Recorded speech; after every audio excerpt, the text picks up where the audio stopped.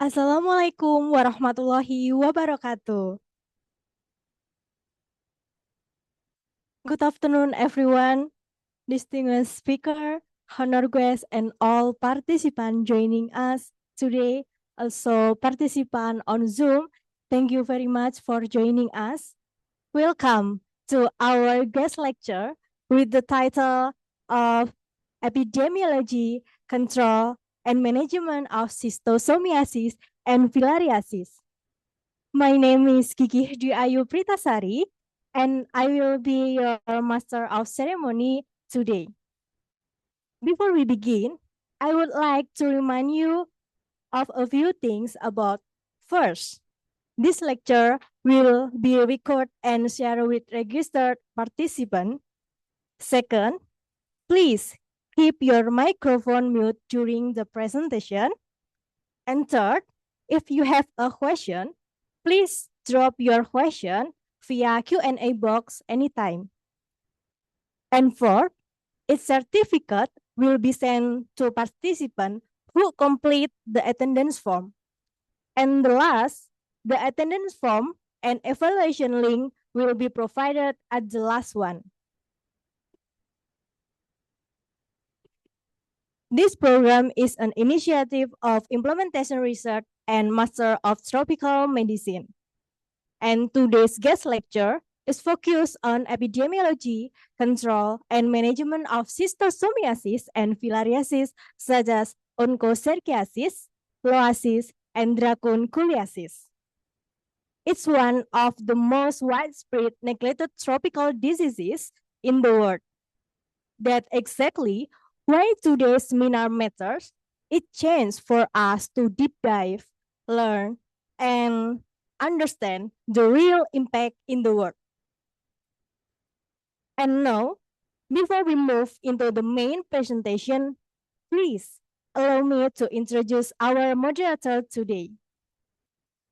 We have two moderators today.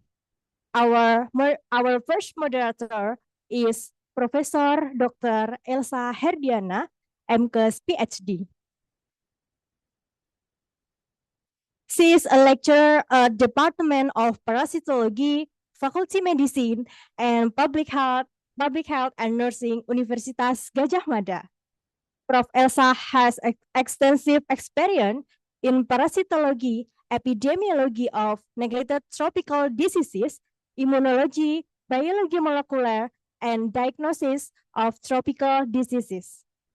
Prof. Elsa has also contributed to numerous scientific publications and has been a trainer and speaker in several national and international forums.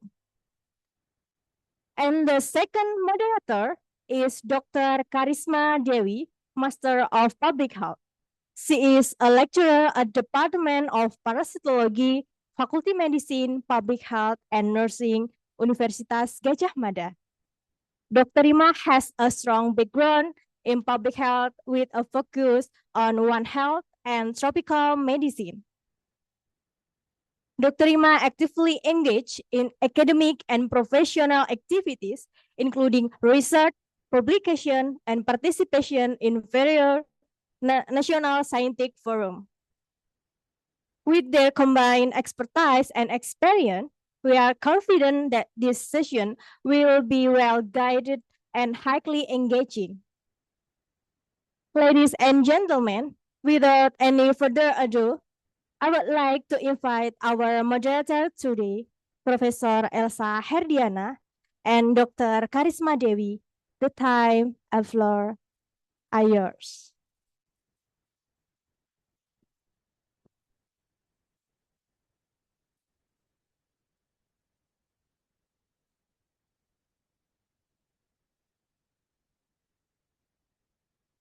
Thank you very much, Mbak Prita. So good afternoon, everyone.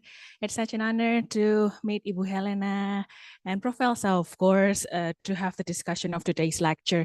The first one, we'll talk about schistosomiasis, but before that, we would like to introduce Ibu Helena Ullyartha.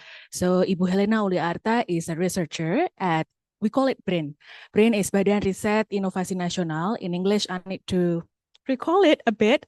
It's the National Research Institute of Indonesia. And innovation, do not forget the innovation. Agency.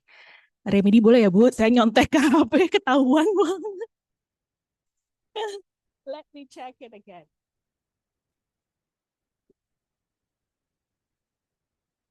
I need to type BRIN in English. Hang on.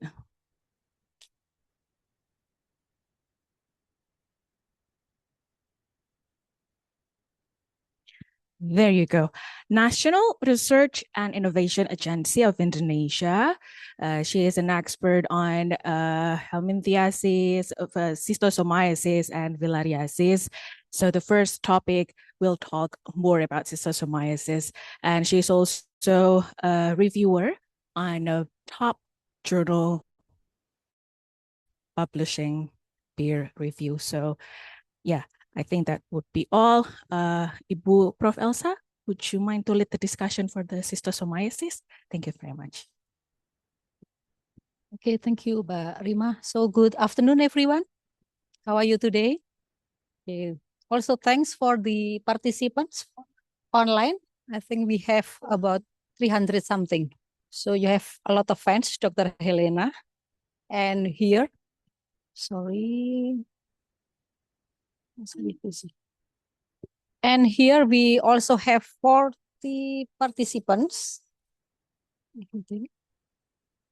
40 participants, and they come from, the first one is coming from implementation research postgraduate programs, postgraduate program which is supported by WSOTDR. And the second one from international health. So this is under the public health department also. The third one's coming from ilmu kedokteran tropis, tropical medicine postgraduate programs. And the last one is coming from Magister of Biomedic.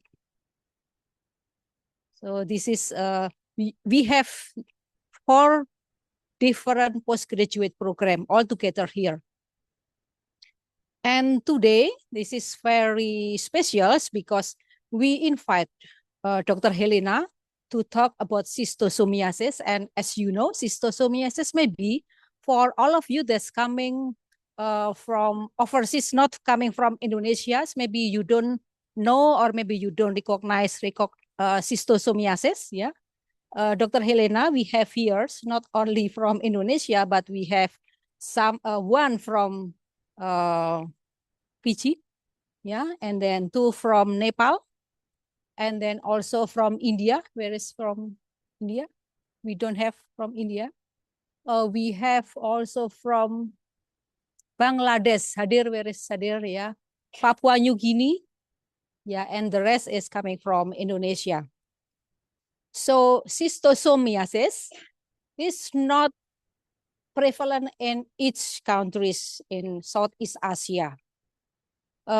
Coming from, we have it in Japan, China, Filipina, Indonesia, and in Indonesia, it's also only present in one island. You know what's that? Sulawesi. Yeah.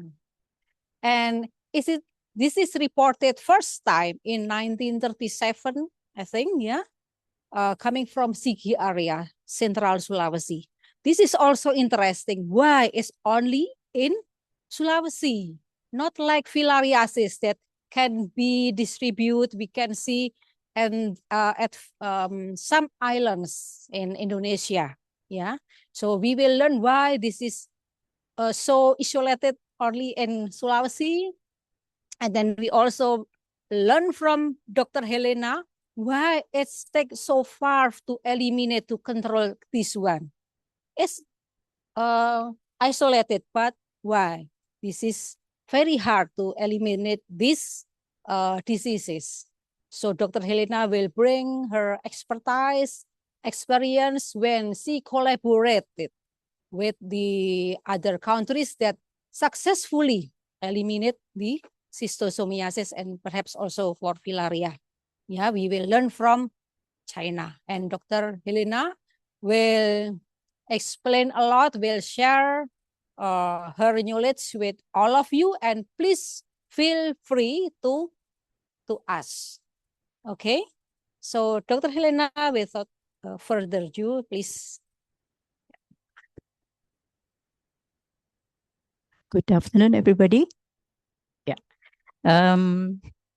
Thank you for Dr. Esad that invite me for my background because I'm working with the Ministry of Health for schistosomiasis and filariasis control more than 10 years. And then I move or I change my profession as a researcher. Then still I'm working with this kind of disease to do any research and study with focusing in NTD, especially filariasis, schistosomiasis, and others, STH actually. And we have the same interest with Prof. Elsa, with Helmin. Maybe we will more explore the collaboration with UGM for this kind of research work. Okay, I thought it's from Bangladesh, right? Fiji? Fiji. I have friend from Fiji.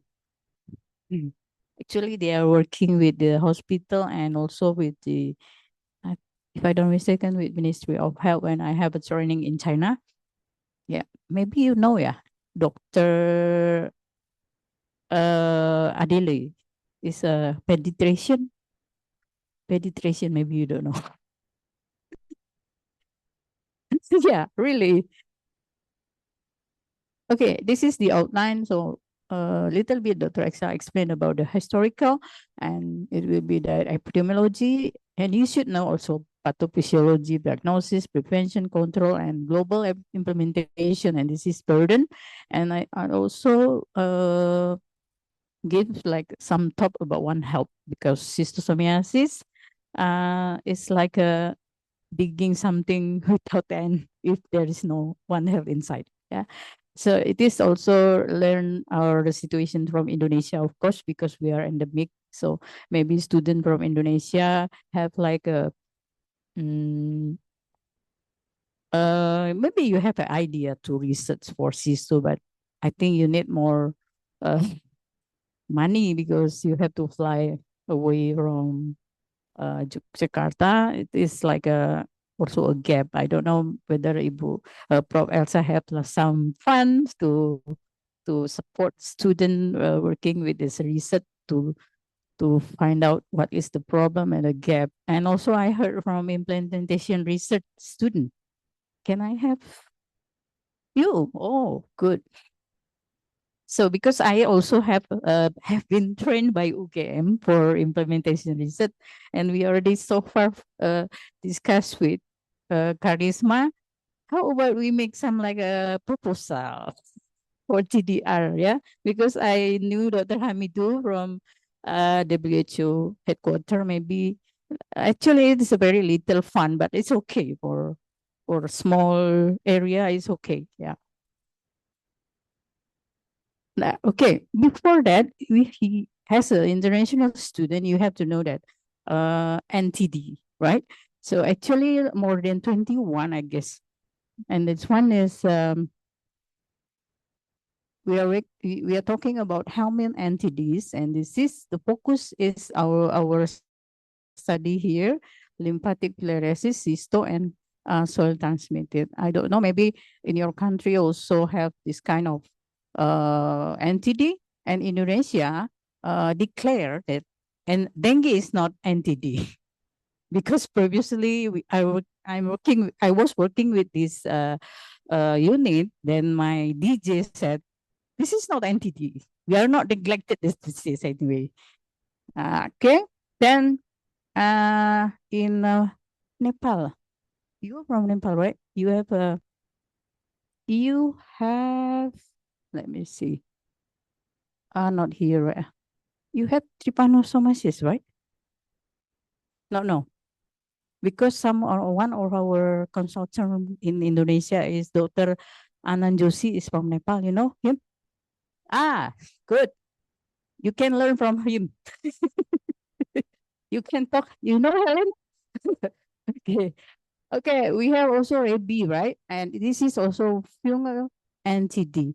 And this one is I'm also quite have a like a intention with this chromoblastomycosis.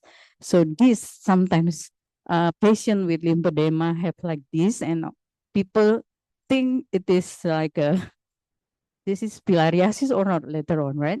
Maybe you can see like some case review from publication, many diagnosis different for this. So as a student for tropical diseases, you have to know this NTD, right? Especially where you're working for. And I think if you are pursue your PhD, you can be like a consultant. But anyway, you have to work with one country, you know well, and then you have like a what we call it, like a visa. Experience is like a visa for working, especially for international. Yeah.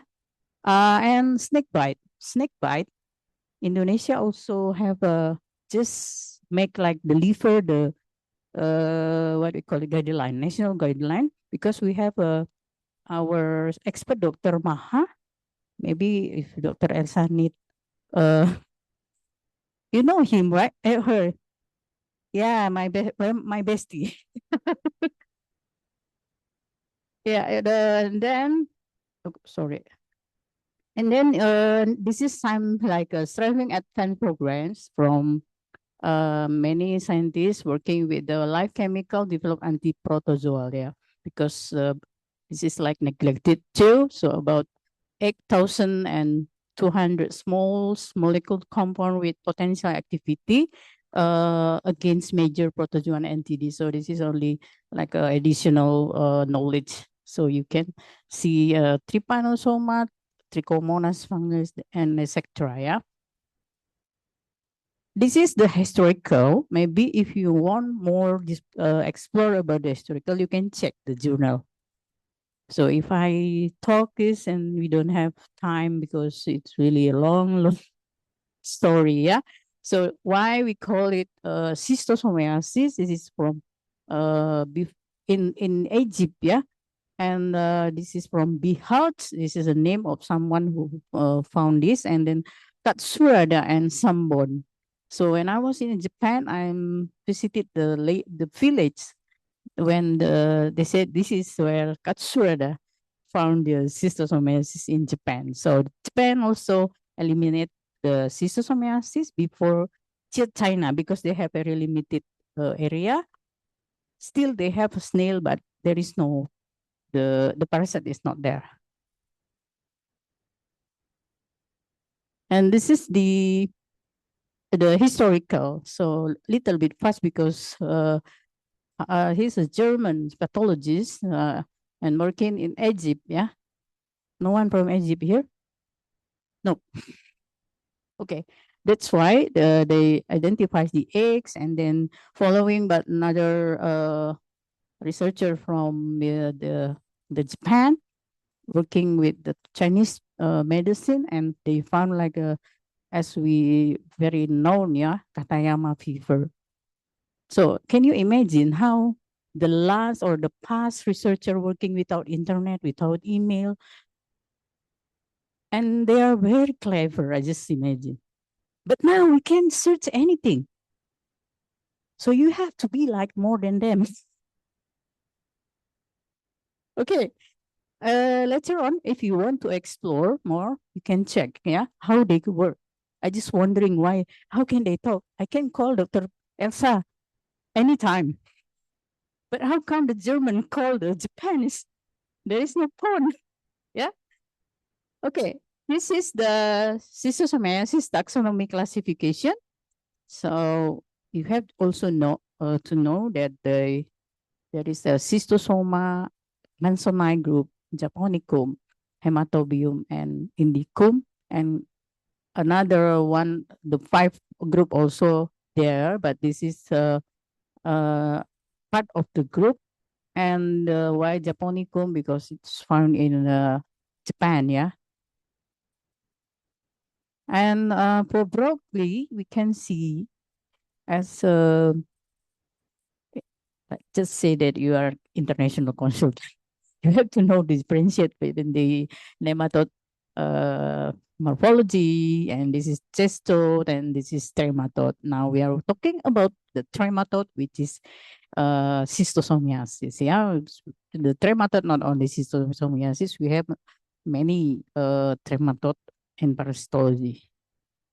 So now we'll explain about human schistosomiasis, because public health, maybe if you are a veterinary, maybe it's another, yeah.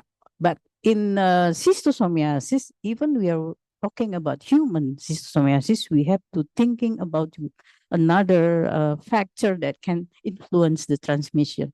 So neglected tropical disease caused by the schistosoma, transmitted via freshwater snail, and affect more than 250 million. So the point is, they need like a snail. So we call it like the snail is a big problem with, we have a difficulty because of the snail. And if there is no snail, the parasite cannot be adapt well. So that's why when we control that, we have to know the life cycle then. So this is the epidemiology. 78 countries affected. So Indonesia not alone, but in Southeast Asia, Indonesia, Malaysia just confirmed. And I have a friend in Myanmar just said that they found like a suspected for cysto, and they send the sample to Swiss Med, and it's positive for Myanmar now. So maybe it's like a new challenge also for Southeast Asia, yeah. Oh, sorry. And 95% cases in sub-Saharan Africa. So they have hematobium, and later on I will explain which area are affected by each species. And the transmission and life cycle, how the eggs release via urine or feces. In Indonesia, we have the Japonicum, which is release the egg by the feces. And the Miracidia infect the snail. And the Cercaria, what is that? And the Matuworm, what is that? We have to know. Yeah. There is 5 species platform that cause schistosoma, which is Mansonite, Intercalatum, Hematobium, Japonicum, Mekongai, and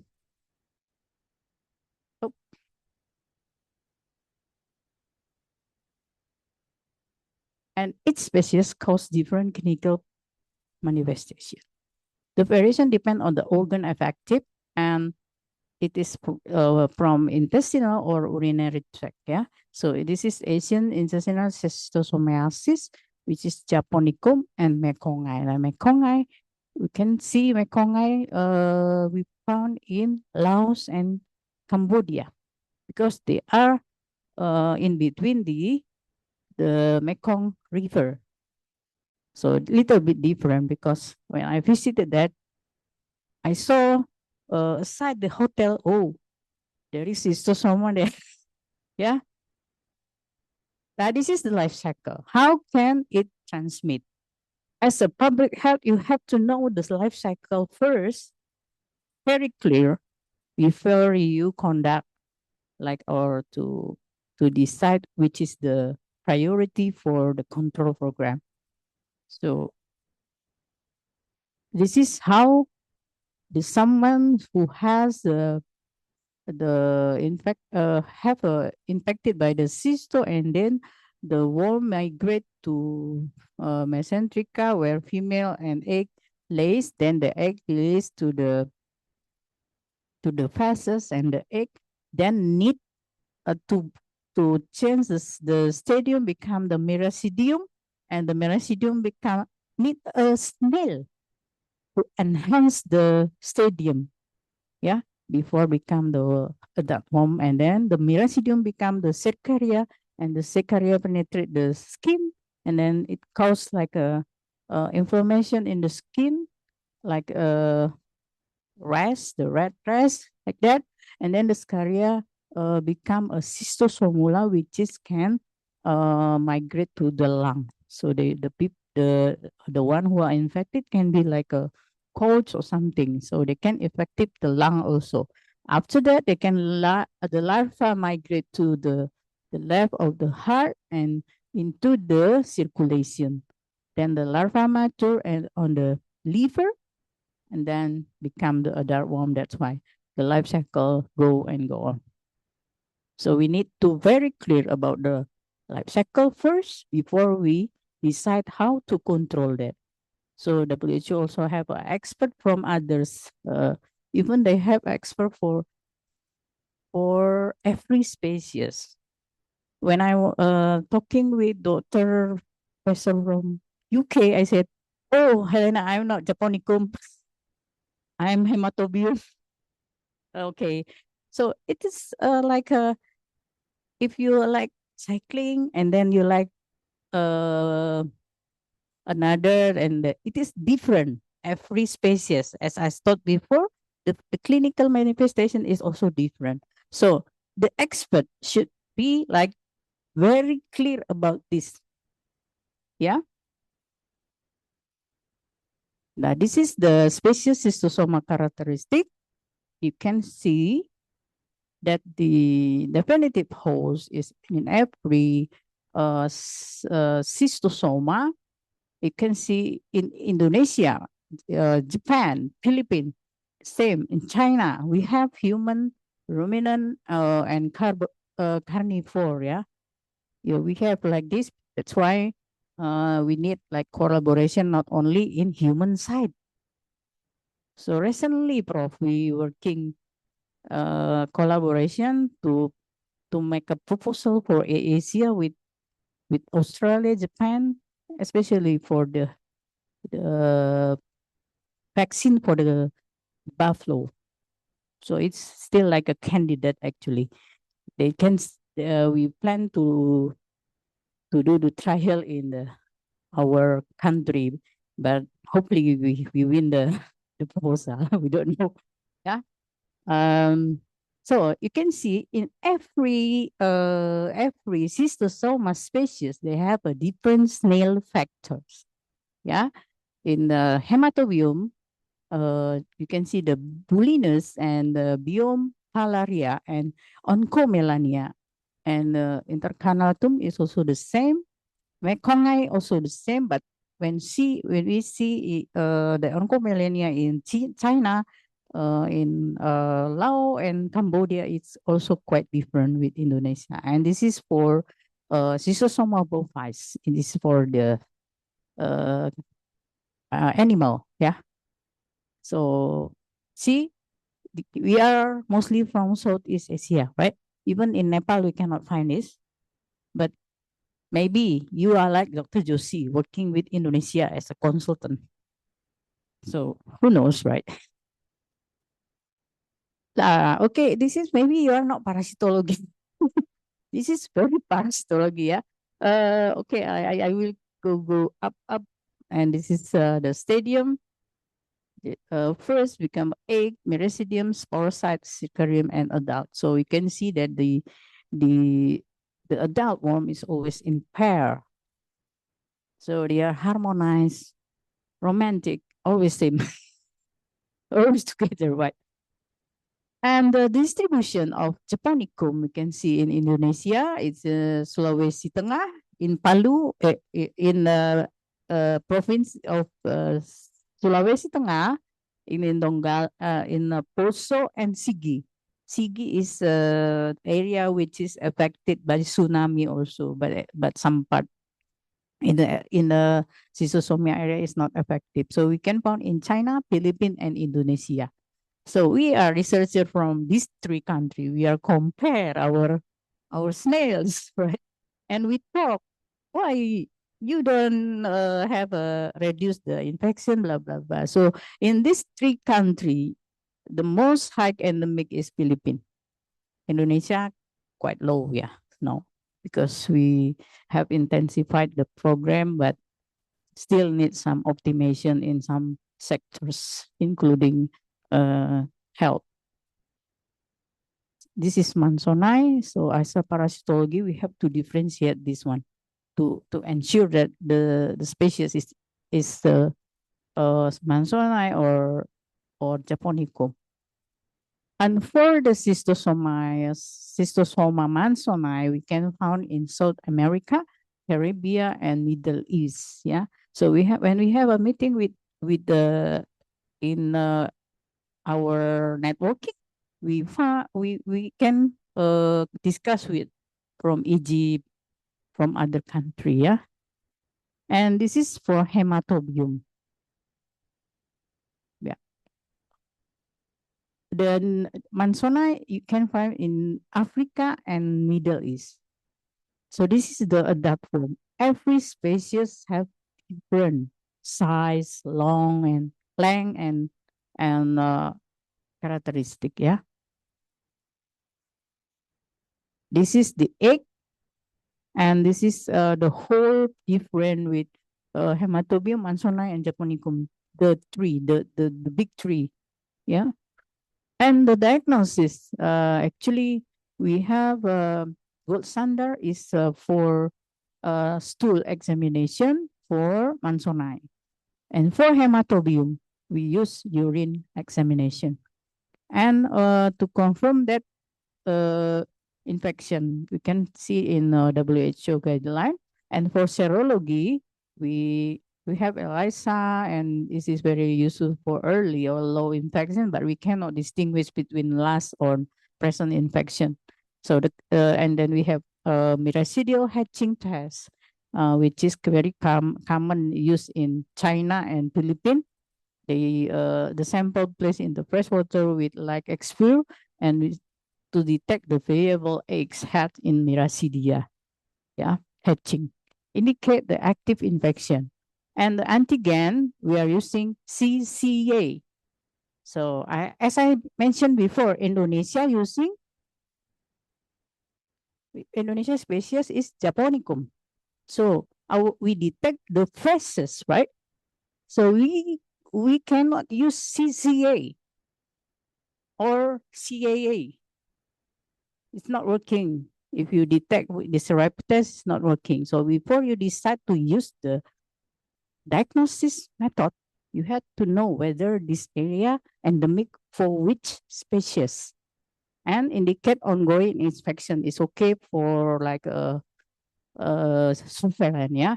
And for molecular method, we have a PCR, and which is very sensitive, but it is not uh, what we call it applied for public health practices because they have very limited for the lab, yeah. And for the clinician, they have imaging and clinical finding using ultrasound, urinary imaging, and symptom with hematuria and portal hypertension. This is the comparison. So we need to know which is better for to detect, to surveillance, and to end it with which method which is very good. So in our proposal, we also have a prototype for rapid test from our colleagues from Australia. We hope the rapid test is very sensitive and specific because they already applied in Philippines. So so far we waiting for the publication. And this is CATOCATS. It is a microscopic for the gold standard. So when you're working with cysto, you are working with feces. It is me working because someone to take picture, then I have to make like using the mask. Actually, I already resistant with the smell. Yeah, because we are doing many samples already. Actually, WHO recommended for triple CATOCAT. For one patient, we need to take 3 samples every patient or the community. Sometimes they are very boring with to give us the gold. Yeah, actually it's easy, but we need to do it very not long time, because sometimes when you're doing this, we are also detected another helminth, which is soil transmitted helminth. So very common when you check for cysto, you find STH.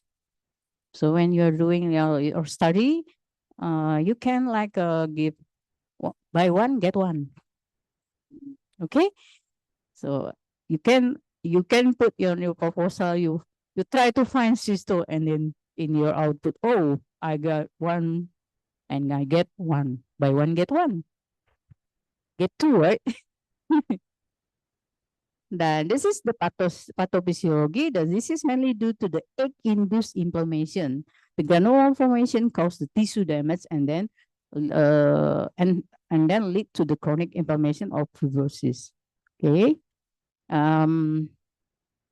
This is the characteristic.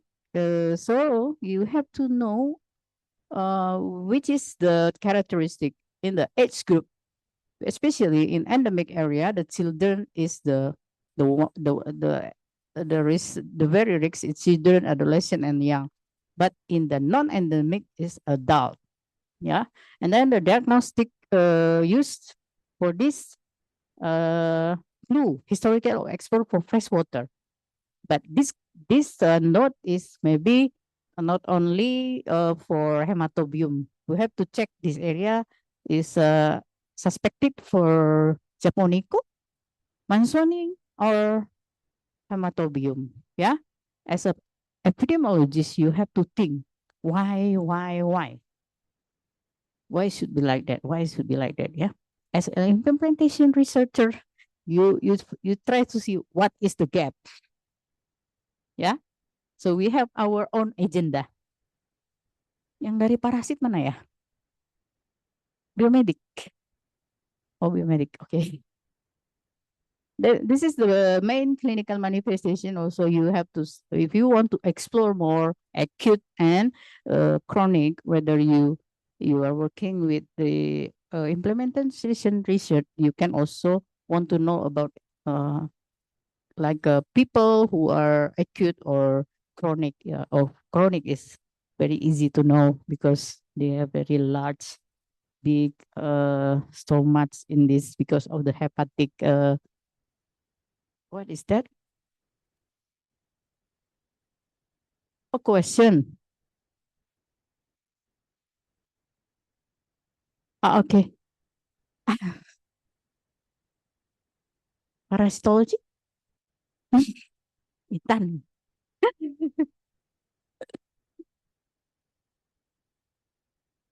This is clinical manifestation. So this is like a terminal hematuria in hematobiums, but we cannot find it in Indonesia. We can find this in Africa. Yeah. So they have a Katayama fever, and then like a fever called eosinophilia, because eosinophilia is one of marker for helminth infection. So when we check that, should be like higher in eosinophilia. And this is the established active and late chronic schistosomiasis. This is the paper from Professor McManus, who has passed away. He is our senior in Australia, and I learned more from him. I read the paper, and we discussed during the meeting, and she wrote about this. You can check the paper, which is published before he passed away in 2018. The last paper for cysto, I think. And this is the complication. So the not only make the hepatic affected, but also for neuroschistosomiasis. Can you imagine that? Yeah. In Nepal, you have teniasis, right? Teniasis. It peak, right? In Nepal. Peak. Teniasis. Peak, peak, right? So you have a neurocysticercosis. So when because the Nepal is endemic for filariasis in that area. When we treat them with praziquantel for teniasis, because they have NCC, it cannot work for that. You just know? Yeah? Check. NCC. Yeah, you have in Nepal. Dr. Joshi. So the treatment is first line recommended for praziquantel and effective for adult worm used in mass drug administration. So the one of the strategy is to give the PC, yeah, preventive and control mass drug administration program, smell control and sanitation, health education. That is the WHO target in 2030. Before that, the target is 2020. What happened? COVID, right? Then extend. Yeah. So if it is not complete yet, and then 2040. So they already changed the roadmap. You can check. You can download in WHO what is the target as an international student for help. Then you can also have like a what is your idea to do the research or for your masters. So this is the group at highest risk of the morbidity. So the three group that which is very high risk for morbidity is the pre-SACs, yeah, preschool children. So the group is currently not included in mass drug administration because an adaptive of drug formulation is not available actually. So they are very risk because they are not get the MDA or the tablet. And school age children, including children not enrolled in school. So you can see in the area which is very remote, they are not going to school. And then the health, our health personnel just give the children at the school. And how about the children is not enrolled the school? This is a problem for the implementation research. Can check, yeah. And adolescent and adult population with particular attention, which is woman and reproductive age. Even in the guideline of WHO, that the women with I forget in trimester 2 or 1, is it also recommended to using praziquantel? But some not recommended because of the can defect the fetus, yeah. So the occupational group had high risk and heavy parasite exposure, especially for fishermen and farmers. So in Indonesia also, we can check which subgroup or group which is very, very often to be infected by schistosomiasis. So if you are going to Lindu, Napu, then you can maybe people in district health office don't really care what they are working, their occupation. Yeah. So, but you can check and then you publish, right? And all population at risk should be ideally receive preventive chemotherapy. So MDA is one of the strategy for preventive chemotherapy treatment. So if you are hearing about WHO said PCT is a prevention chemotherapy treatment, which is the same with MDA, mass drug administration. And however, resources are limited. Priority is often given to school-age children and followed by the high risk. Yeah, any remaining donated medicine after recovering school-age children can be distributed to other race. So because this where the in Indonesia we don't have praziquantel, so we have donation from WHO, which is they have very short expire. If I don't mistaken, only not not more than 1 year. So sometimes almost expire, and then the veterinary asking for me, Helena, can I get that for my buffalo? So one buffalo need like 40 tablets because food FAO or food agriculture organization didn't donate for the animal.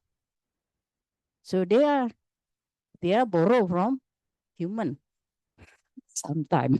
So I need to call Dr. Jamshid from India or the WHO India. Can I give to veterinary for that? Okay, fine. But how can I report to you? Because it is not in our table, right? Okay, that's the problem for animal sides. For human side, the availability of the tablet is there, but sometimes it's late and sometimes it's very quick. I mean the expired date. And this is the roadmap, yeah, to eliminate a public health problem in school-age children. Because what? It is also one of contribute to stunting. Yeah, if we check. So maybe you can, for the implementation researcher, you can check in Lindu and Apu whether they have like on low nutrition or something like that to see to prove about that. So there is 78 countries, and our country now give like a nutrition for the children in school. We call it MBG. Yeah, makan siang gratis. You know, right? Because you also eat makan siang, yeah? Okay, the target is to reduce the infection less than 1% in all endemic area. So if you're working with one country, you have to know how many areas or villages are affected by schistosomiasis. And then you have to ensure it is not distributed to another area. So you have to block it or you have to check, which is very risky for the transmission. Yeah. And then to eliminate that, more than 25 from the 78, 0 local cases for 5 constitution years. Like a student, you have to get A grade in your study. Very hard, right? Because it is not health sector alone for that. Yeah, the control intervention is because of this, WHO have a recommendation. I also put STH because also recommended from WHO. Because when you check cysto, you also got the STH. So the mass deworming should be like back to back, or you can combine. Yeah. But in Indonesia, we didn't combine that with STH because cysto, because albendazole is there, praziquantel is not there. So we cannot integrate anyway. Yeah. However, the different cycle, tailored approach needed. And programs should integrate strategy but stay adaptable. So this is very strong attention for that. And the WHO recommended for regular coordinated drug distribution. For STS, we are using albendazole and also donated by WHO. And in some area, they are using mebendazole like Bhutan. Nepal near Bhutan, right? Yeah, they're using mebendazole for that because maybe they have risk higher than other STH. And prosequental for cysto and given to at-risk population and implement at large scale. So, let's say with the village level, district level, whatever you do with your epidemiology approachment, you can use village, you can use sub-district or district level, up to you. And some country receive donate medicine from WHO. And the global implementation, since 2010, it should be like a WHO give a large scale WHO supported drug help from Merck, and targeted 75 coverage. When I'm working with national program, they always check how many people you treat in the endemic area because it is very important. Yeah. Then this is reported to WHO. Then we have a meeting to see what is the parasitology or malacology survey should be as an evaluation tool. The achievement is 3.9 million children treated with STH and 6.6 million school children treated with STH. Schisto coverage reached almost 60% in school children. Yeah. The impact, significant reduction in global morbidity. So the STH Delhi, you know Delhi, right? You study Delhi, right? And it's from 4 million is reducing, become 1.9. And for cysto also, from 2.2 million, become 1.6. Yeah, this is Professor Montresor, which is very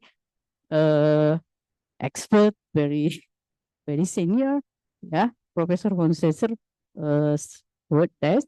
And then the reduction of the cysto is 24% and STH is 53%. So have as an epidemiology, you have to think why this. Why STH is the reducing is higher than cysto, yeah? This is the prevalent country need evaluation. Because I'm from Indonesia, I need to check my country. Yeah, country requiring evaluation. But how about the Africa and the East? Yeah, still high. Still high. Okay, we are going to One Health perspective. I think you already know about One Health. So why I should explain or make like explanation about One Health? Because public health problem requiring integrated approach, not health alone, yeah. So the adaptability of cysto, because of host switching within the rodent and human and animal. So they need like 23 species identified after that because of that. Yeah. A global geographical expansion. Why? Because of the hybridization phenomenon, because of the cross-species mixing, yeah, mating occurs. Like in Mansonite, like in a hematobium, become like another species. Like people from Asia mating with people from Europe and then become different, right? In the figure, yeah. So this also the problem, yeah, and lead to a new transmission pattern. Even this example is hematobium between a bowfish in the animal. So how can you imagine? Yeah, it make like a hinder us to eliminate that. And the zoonotic transmission involved the livestock, and then case reported in Africa and Europe, reinfection risk increase. And challenge in control is high parasite adaptability and multi-host life cycle. That's also the problem. And the environmental dependence in the snail. So from this figure or from this concept, from this the determination, as a student, you can imagine what research questions should be delivered from the situation. Yeah. And why One Health? Integrate human, animal, and environment health and goes beyond human only intervention. Essential for elimination goal. One Health strategy is treat, vaccinate the livestock. That is the one that we are working for our proposal. And the snails control environmental management and improve the sanitation. So this is One Health concept. Yeah. If you want more to read, you can check the publication. And multidisciplinary approach with epidemiology, molecular biology, veterinary computation modeling. So when you are doing the research, I will inform people from epidemiology, veterinary, but because when I'm working with animal as a researcher, I cannot do like a collect the blood because I'm working with human, right? So we need veterinary like Dr. Karisma, yeah, for do that. And then future challenge also climate change, land use change, and global mobility and trade. Yeah. The conclusion is schistosomiasis is complex, adaptive disease, and One Health is essential. Needed achieve WHO 2030 goal. Okay, we will go with the picture now. And this is the recommended treatment strategy for controlling morbidity due to schistosomiasis. So even WHO also, yeah, highlight which diagnosis technique should be used in every endemic species area. So if you are epidemiology, you have to think not use CCA in Japonicum area, yeah. That's not sweet. That's not working because different different marker, yeah. So this is the action taken. Maybe you can check more because you need to learn the guideline first, and then you have to see what is the gap in the field, yeah.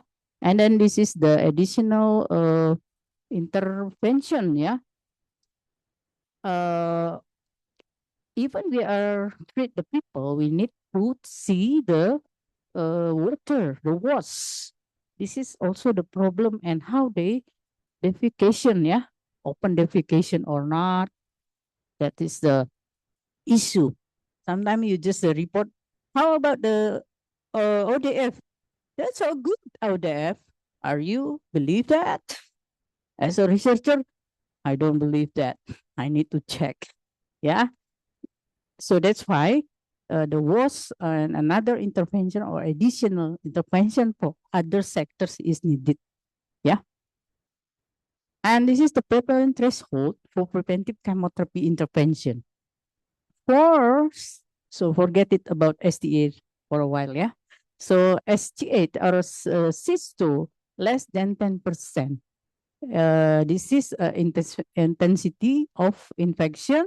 Recommended PC for this more than 10%, and this is more than 50%. Yeah. So for this area, maintain or reduce frequency for this area once a year, but for the highest 50, more than 50%, it should be MDA twice a year for praziquantel. Very hard because I'm doing that once a year is headaches also, but how can it twice? Yeah. And this is the countries with the elimination situation. Indonesia not already not yet successful. We agree with that. Yeah. Even we have less than 10%, it's very hard to achieve. This is the goal from our Indonesia, yeah. Our Indonesia situation in 2018, our Minister of Health delivered the roadmap of schistosomiasis. We are also involved with this, the researcher from Ministry of Health, National Program, and others health sector working with this very thick book. Not only 1 month. We need like 6 months maybe to produce this. So we follow at the end. We targeted it 2025, but now maybe Ministry of Health adjust the roadmap. We didn't see the roadmap yet. Maybe if deliver, they can publish, and when we can see the result of the update roadmap. And this is the last schistosomiasis infection rate, which is done with the researcher Professor Fajar from IPB. And this is the animal infection rate is very high. You can see the infection of the animal is in Napu and Lido very high. Yeah, 40%. So the phenomenon like that in the human like this, but in the animal like this. Right? So very hard. Let's see the goal. And this the foci of the Oncomelania hupensis linduensis. So our snail name is Oncomelania hupensis linduensis because they found by our Professor Sudomo, who passed away, our expert, yeah, linduensis because found in Lindu, yeah. So this is the schistosomia prevalent in in animal, in a pig, buffalo, cattle, and dog. We still have found this. And this is the area where schistosomiasis is endemic. Actually, it is in the highland, and this is the boy from the Poso, yeah, Poso area. I took the picture of this positive egg of schistosomiasis of this kid, and this is the. Can you? Mm.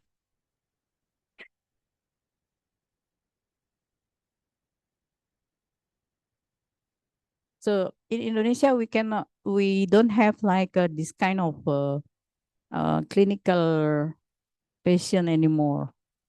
So we just have positive patient for egg detection. This is the fluctuation of the infection because of the area. Sometimes we are using CatoCat actually, but in our research, if we got or we win the proposal, we will use maybe 3 methods so we can compare whether CatoCat is represent the infection figure or not. Now this is the snail habitat, yeah. So this is the cocoa tree, host draining, and village drain. So around aside this, you can find the snail, which is like a rice. Don't think it is like a big one. Only think about rice. So that's why the snail is like that. Yeah.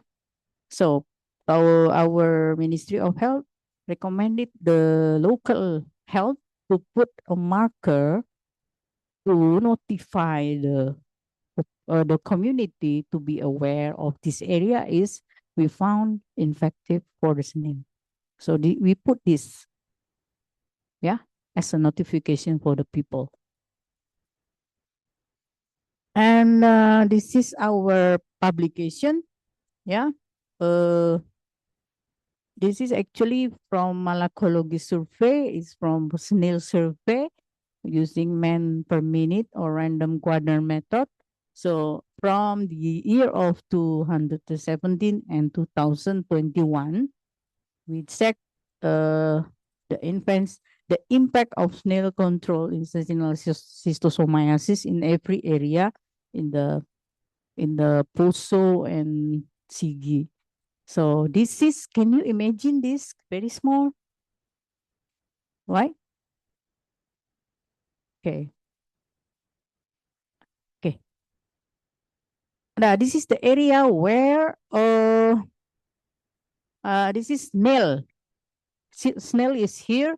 This is before that it is like this, yeah. So this after that we do the like environment manipulation, yeah. And the local health office also deliver the approach like a Poso Gema Beraksi, like independent community movement to snail, control snail, and then the movement aim to enhancing community involvement and empowerment in the fight against snail in a village area. It is in Tomehipi, West Lore, and in this area we found there is no infection anymore, but we need to check very clear about the infection rate. Yeah, this is the conclusion. After all, for the research, for our publication is water seepage habitat serve as a community water source in the village in Lengkeka, which is the primary cause of reduction of the snail control based on intervention conservation product land land immigration system and molluscicide. Molluscicide is a chemical. We spray the snail with the chemical. That's a molluscicide. And this is another publication for spatial cluster change of Schistosoma japonicum in Indonesia during schistosomiasis elimination. We can describe that there is a change for the hotspot. So very small actually. So we can check this one, yeah. So in 2017, this is the area. And then in 2020, 2021, the hotspot is moved. Yeah. So this is why the spatial cluster change. That's why we call it spatial cluster change. You can see this one, the red hotspot is what we call it change, yeah. So this is very important for the epidemiologic or the local dinas kesehatan to take action. So most of the hotspot had been identified nearby the settlement. That's a clue for infection. And they were found in cocoa plantation, abandoned rice plat and grassland and vast wetland. So we recommended the priority scale to area intervention, high priority, medium priority, and low priority. So we outline also the recommendation regarding to the situation of the area or the snail infection. Okay, and this in our study, the 5-year schistosomiasis elimination reduced 18% 0.8 of snail poaching and 40% 0.37 in infected one. The hotspot increase, indicating rise in poaching with high snail density because of COVID. So when COVID, the program is not running well because of health sector focus on COVID-19. The program implementation was not optimal, and the parasite transmission through domestic animal impact hotspot cluster. We found that. Okay, this is like MDA in Lindu. So I asked them to do like a marking people who take the MDA. These children. So like what we call election day, when you choose. So when we check, you don't have mark, then you don't have the drug, right? We do that. Yeah. So we give in 8 o'clock, then they should come at 1 o'clock. Very hard. Can you imagine you do it in twice a year? Even 1 a year is off. Okay. So this is the best of elimination program as a public health, yeah, with the corresponding intervention and monitoring evaluation activities. So for implementation researcher, you can see this one. So you should have an idea if your intention for cysto, whatever. So you have to check from the guideline, what is the gap? Like why people don't want to take the pills? Why people don't want to give their passes to the health personnel? That's also very good research question. Yeah. And this is our visiting to China with our DJ in 2017. You can see in China, this is the area where schistosoma is endemic. Then they make this area become a lake. And they put the people around this in the like apartment. In China, it's okay. In Indonesia, it's not easy. Yeah, to remove people from. This is my ancestor house. Can you argue with them? Yeah. So the watery areas near the river flow. So this is the intervention or the manipulation for information environment. So China give a very good because they have like a strategy from the top and really implement it well in the field or in the community. I'm very impressed with them. Yeah, and then we are also visiting the snail in China. Yeah, so I can also compare my snail to their snail. So we change our snail to the professor. Professor Joe, can I get back this snail to Indonesia? For sure. I will give you three. You give me three, right? Okay. Okay, this is the meeting. We discuss how China can successful for intervention because they have very strong from top to the down, right? So we check the so one of this is from Bapenas, Pak Pungkas. So from Bapenas also with me to see what happened in China. So they can so you can give what to the every sector because Bapenas can talk with every sectors, not Ministry of Health, right? And we are also visiting Jiangsu province. They using like a unmanned aerial vehicle UAV for molusicide control snail. So they spray with that with like a drone, right? See, and then we discuss how then they can successfully because every area should take with serious priority to for intervention. And we are visiting also what like a lake here, and they give me like a lotion. So people, if swimming, they can use a schistosoma lotion. Not not right sunscreen. Okay, we saw that. Oh my God, good, very good. Okay, the challenge of for schistosoma control program for the end.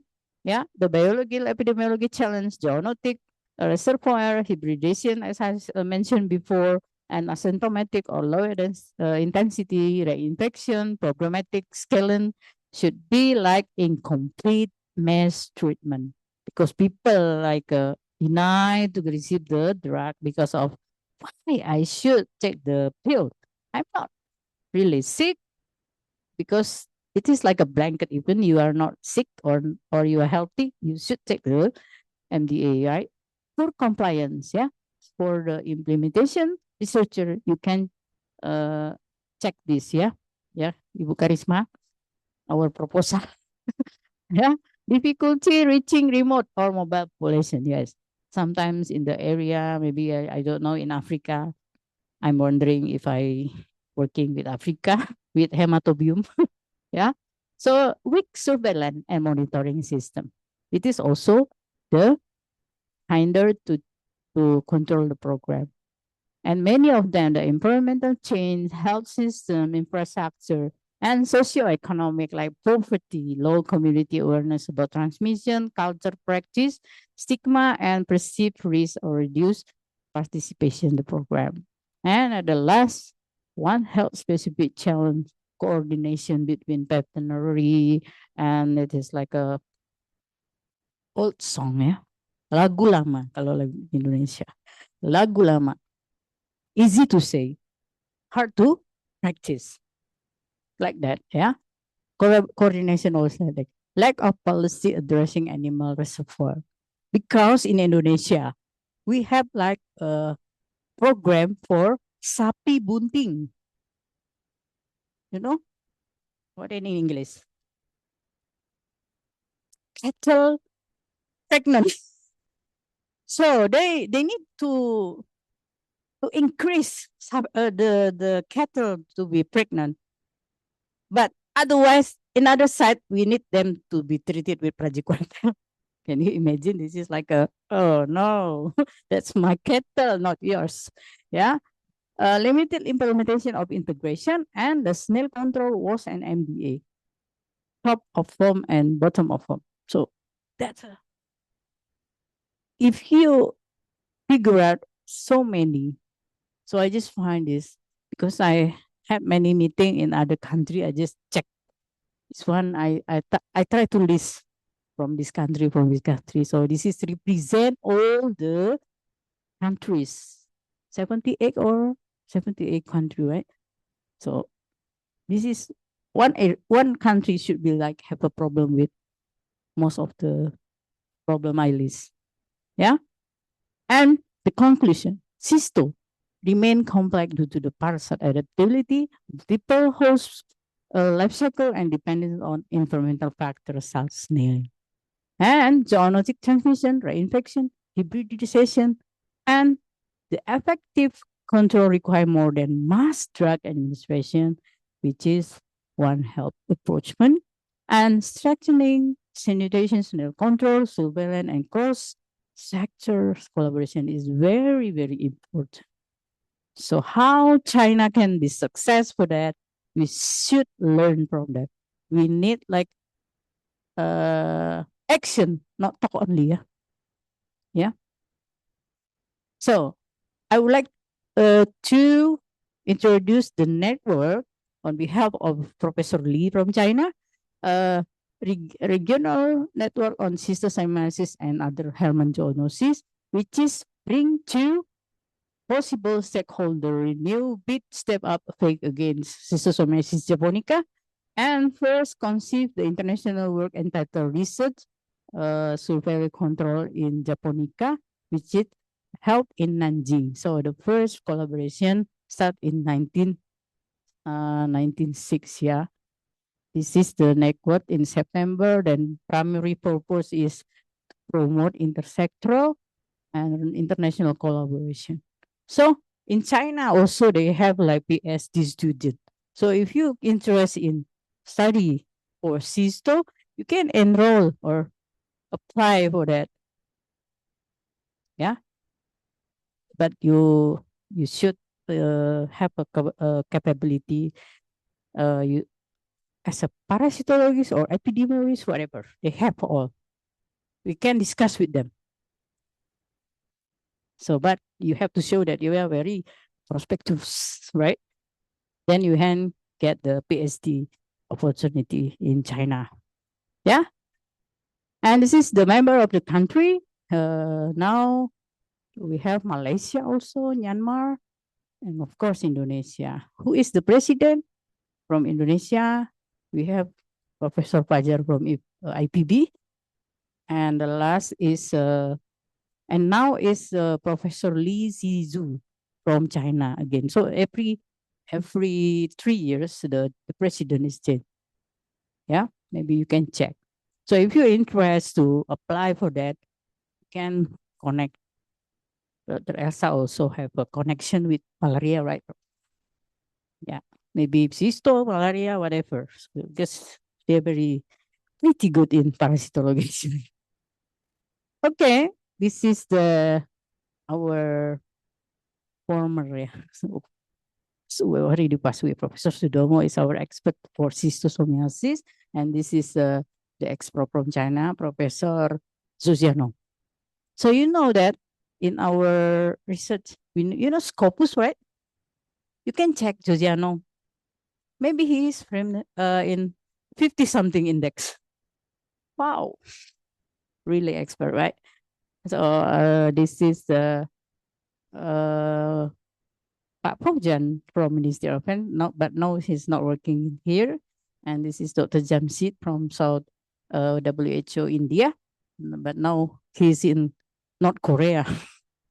Yeah, for WHO, this is but Anand Joshi is not here already changed in this when we visited.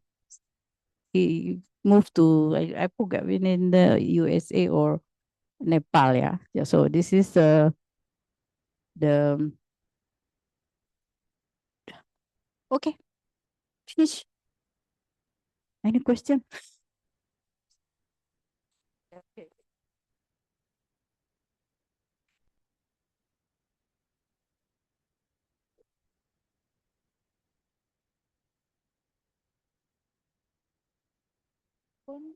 Okay, now before we give applause first for Dr. Helena.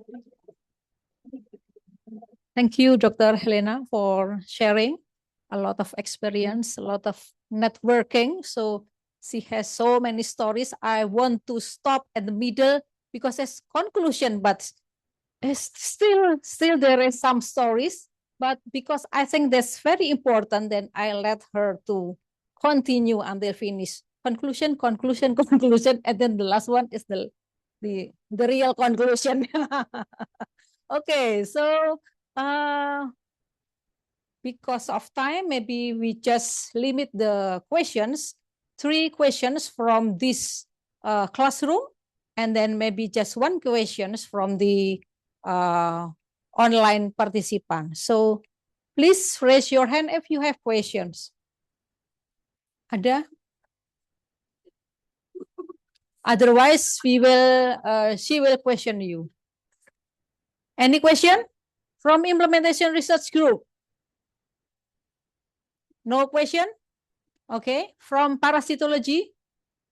No question. No, it's not coming from department. Maybe from Sulawesi people. Ada Sulawesi? Ya?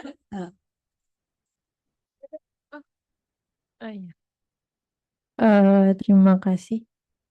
Thank you. My name is Kristiana Susanti. I want to ask Dr. Helena, is schistosomiasis transmission still occurring in Central Sulawesi this year? If transmission persists, how positive sample can be detected surveillance data, based on current surveillance data? Thank you. In 2026.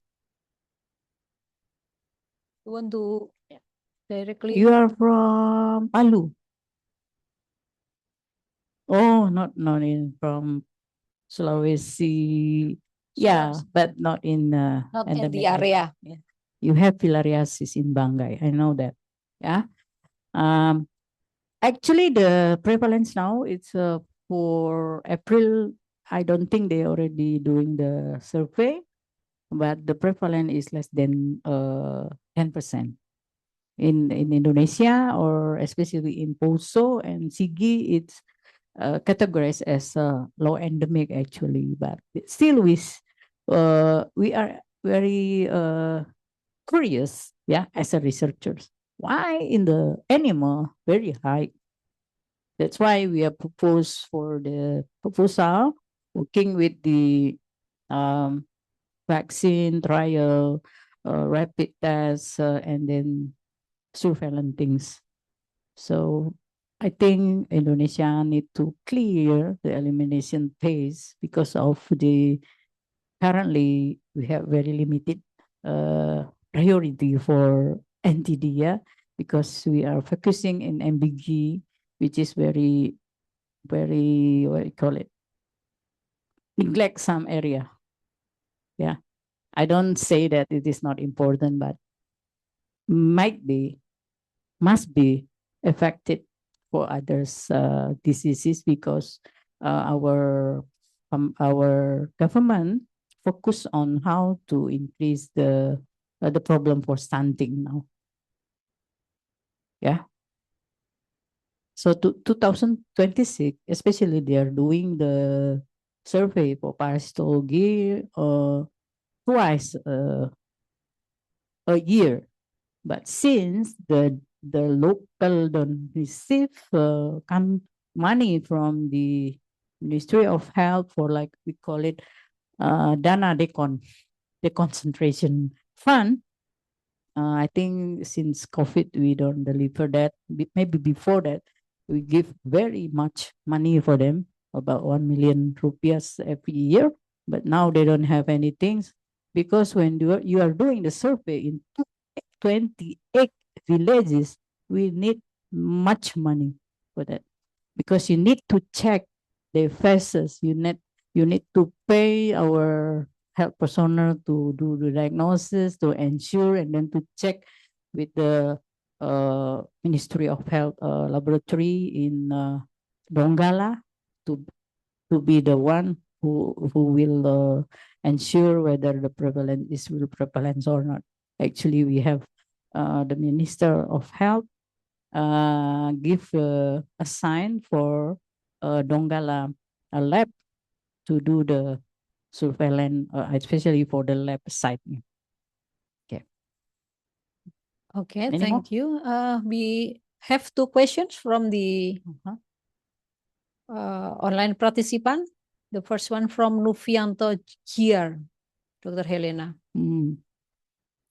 They, even though the prevalence of disease has increased, there are still many obstacles such as resistance from the local community regarding the healthcare program, and I believe the intervention disrupt life full. In your opinion, what solution can be provided advocate give the majority of the as farmer, low-level former education that is still low and surrounding around lower into national park. Okay. Previously, our Ministry of Health deliver also like a boot, boot to the farmer. Our minister, our lady minister previous that. So they get the boot, but because we want them protect from the transmission. Actually, our local health personnel also have education, communication, information, education tools to educate the people who live in the endemic area. So I think the people there, I don't know Mr. Novianto Gier is from Sulawesi or not, but people there know schistosomiasis as demam keong, snail fever. So they know if they are treated, why they are not using both. No problem. We have praziquantel. You got it, Mai? Yeah, because sometimes they don't want to use the both, because don't worry, we have praziquantel. So that's a implementation researcher. How to switch their knowledge, attitude, and practice. Very hard. You need to stay there. Yeah, you need to stay there. I don't know. There is an approachment of the research. They should like living with the community to understand, to feel, and then to solve the problem with them. So I think the solution is they know actually how to prevent from cysto, but they also have a good trust for the praziquantel, because praziquantel very effective for cysto. And then this area, if this area is Lore Rindu National Park, if it is in China, they cannot living in that. But in Indonesia, how can you remove them, relocate them like a rumah susun? I don't know. It is not health sector, but it should be put in the roadmap in Ministry of Health as a lead of the roadmap. Because before that, we put very clear in every sectors, in every village, what should be done to control that. Even the area, for the farmer or fishing or people working around the lake, Lindu, we are recommended them to do what in every sector. So you are the implementer researcher. You can also learn how the roadmap landing very well or not in the field. Okay, I hope Bapak Nufianto satisfies with my suggestion. Okay, next question, Mbak Lima. I think this will be the last question. Last question, yeah. Our level biology cholera, fecal contamination of water-related diseases. Since parasite egg are also existed via how does cholera and differ? They spread after being released. Okay. Why does this require intermediate while cholera? Cholera.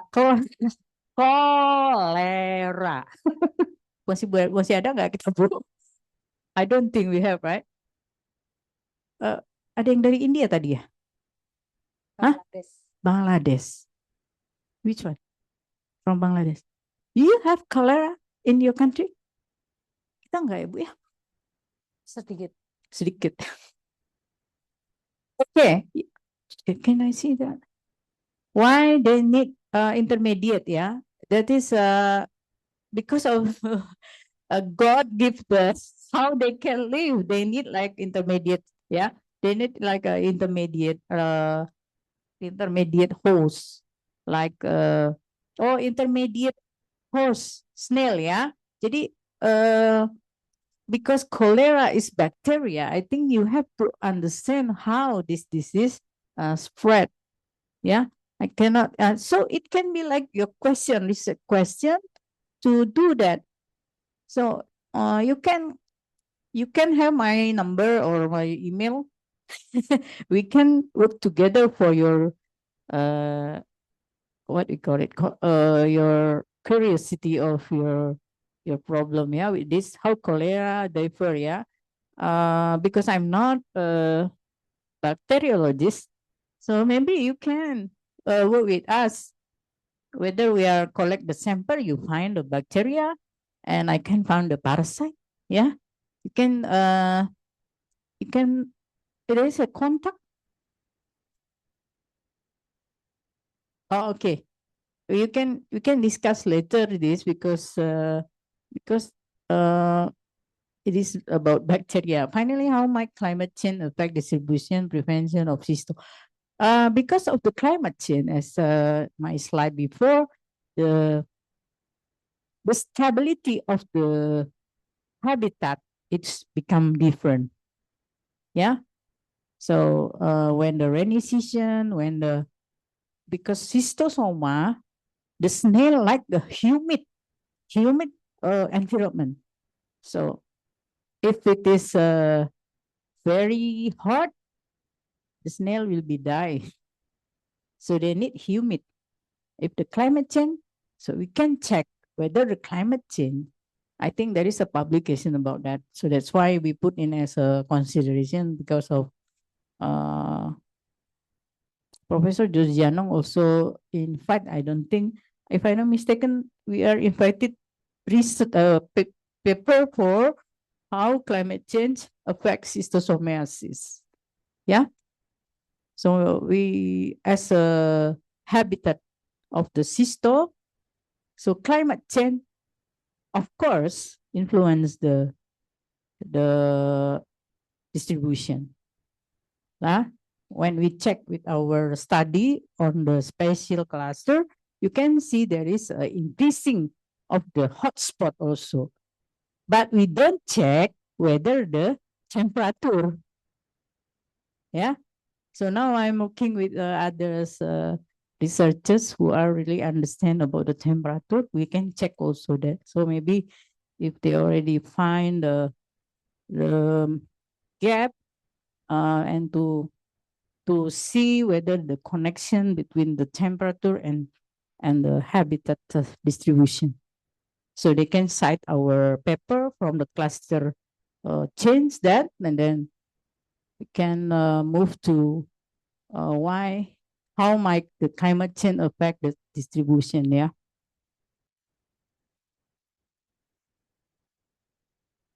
Okay. Cholera. Interesting. Finish? Yeah, actually, there are still 2 questions, but it's already almost 4 o'clock because we still have one topic.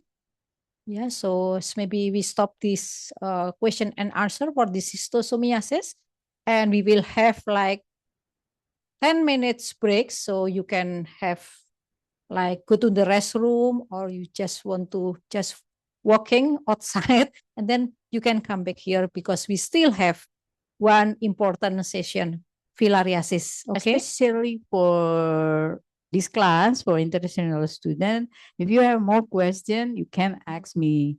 I don't know the ketua kelas. So maybe if you have a question, because maybe after that you read more the paper and then raise many questions, you can also, I not trying to answer your question, we can discuss actually. Yeah. Okay. Yeah, I think not only for the IR students, yeah, but also okay. for the For tropical medicine, biomedical, yeah. They're also welcome to us, yeah. Dr. Helena. Yeah. Because they will have a examination, right? Okay, yeah. Okay, thank you very much, Dr. Helena. We learn a lot, yeah. So once more, just asking you, what is the species of schistosomiasis in Indonesia? Yeah, punicum, yeah, 100, yeah. And then what is the name of the snails that Oncomelania, hupensis, linduensis. Yeah, thank you for that. And you remember what is the strategy done by China governments that's very effective?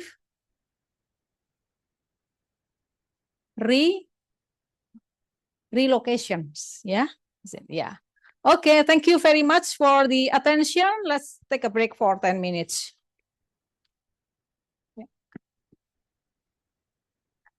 Yes, actually. Silahkan kalau mau.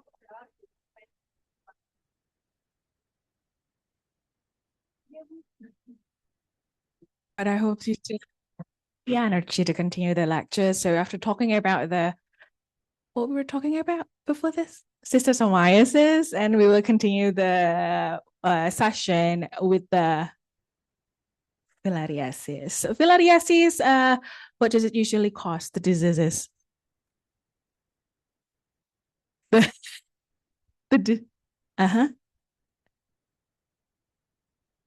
Elephantiasis. So let's dive into it. Ladies and gentlemen, please welcome Dr. Helena. So wake up. Okay. Okay. I think we need some coffee. Sorry. Where is my? So we came from trematode, go to nematode. See, T-M-M. Yeah. So this topic about filariasis lymphatic. I think in Bangladesh you have, in Nepal, in Fiji. I think Fiji already elimination, right? I think so. You have lost with Fiji in Cambodia. You don't know, huh? Okay.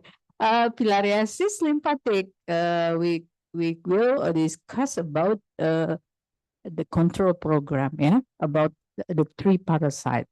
What is the control program? So before that, we need to know the historical. So Gadjah was first discovered by Brooke. Yeah, that's why they call. So just wondering, you found some new parasite, and then you can put your name in the parasite name. Yeah. And it found in Makassar, Sulawesi, Indonesia. Banggai.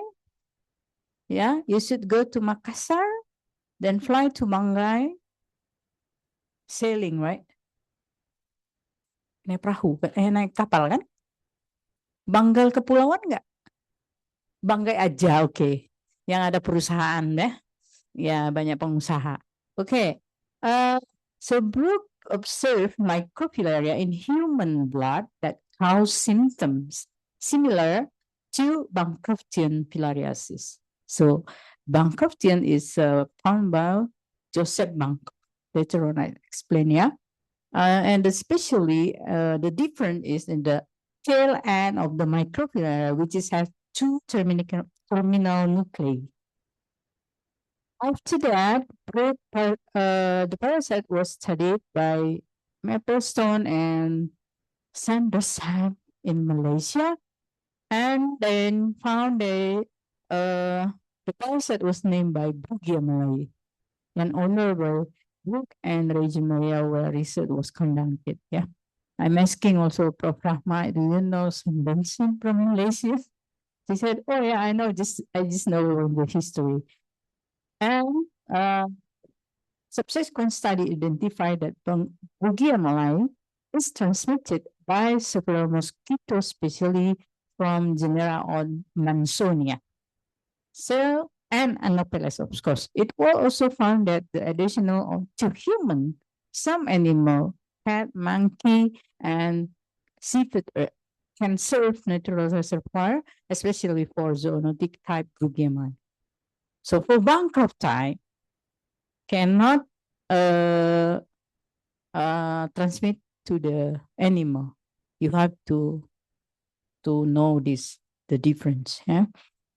And research development in Indonesia previously conducted in Kalimantan, Sulawesi, Sumatra in 1950 by our Director General. I was not there because I'm still a child. Yeah, from Ministry of Health and collaboration with WHO. And two main genetic variants were identified is nocturnal periodic Bugia malai and subperiodic zoonotic Bugia malai. So this is very important finding to elimination program. Because what? The microfilaria appear in the blood at night and transmit by the Mansonia mosquito, uniformis, and Anopheles balbirosis. By the way, which mosquito transmit the parasite, male or female? Female.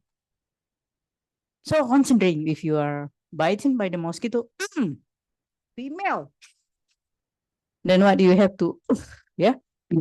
After this, I can show how the parasite transmit to the human or animal. And the subperiodic zoonotic Bugia malai, the microfilaria appear both during the day and night.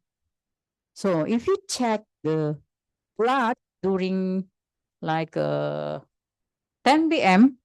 in Kalimantan, you can find microfilaria in Kalimantan, West Kalimantan. And if you check in the night, the fluctuation of the parasite in the periphery is high in the midday and then in the night. So can you see my eyes? I'm working like on fire in the night. Yeah. So if you're working in STH, you're just working in the midday, right? So, but for filaria, you can go home in the early morning, and then you sleep, and then you're working with the stain or something like that. See, this is very important.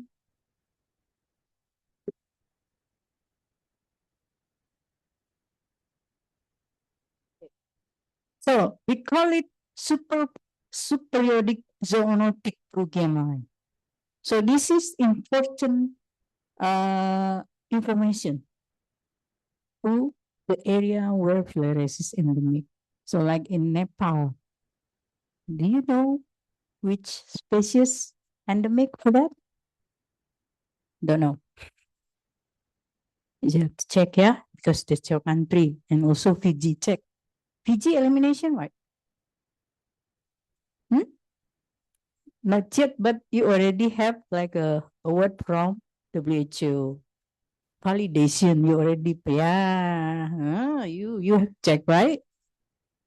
Okay, there is 3 species, Wucheria bancrofti, Gadjah malai, and Gadjah timuri. Have you heard Gadjah timuri? Which is come from? Guess. I don't bring my chocolate here. Can you guess which area? Gadjah timuri? Yeah. Timor-Leste.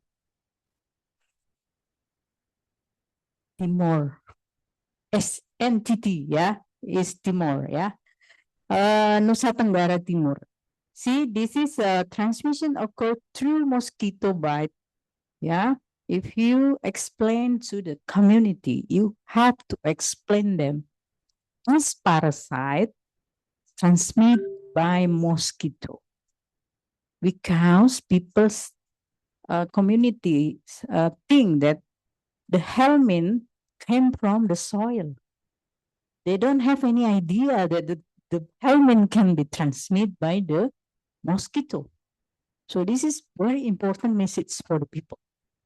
Even dengue, they don't have no idea because virus can be transmitted by the mosquito also. Even in Jakarta, I just check people in the surrounding in my house. Do you know how dengue transmit?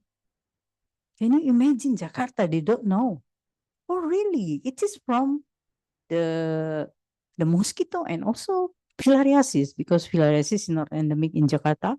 I just make like check whether people know about even for dengue they have very lack of knowledge. Yeah, that worm live in lymphatic vessel and lymphatic node, lymph node. The lymphatic filariasis targeted from 2020 and now become 2030 because it part of NTD. Yeah.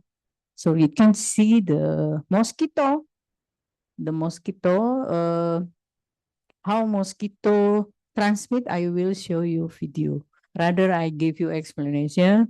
I think better to give you the video. Then you can remember when you sleep. Oh, mosquito. Yeah.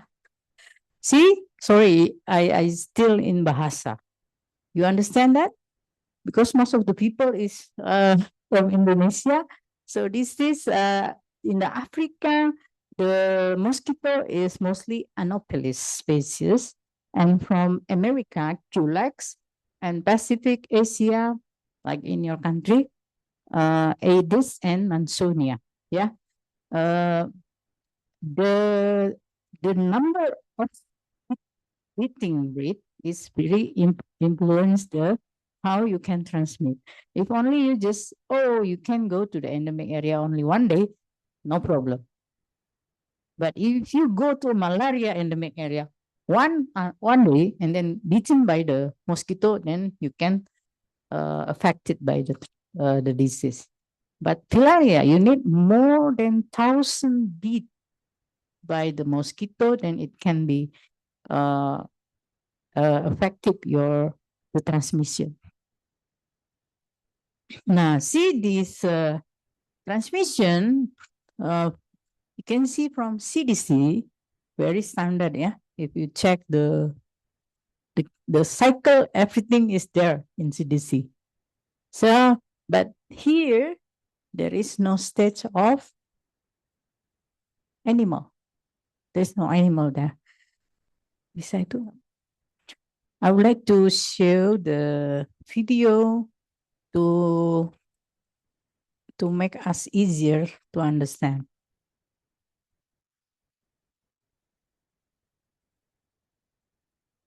Gambarnya nggak ada.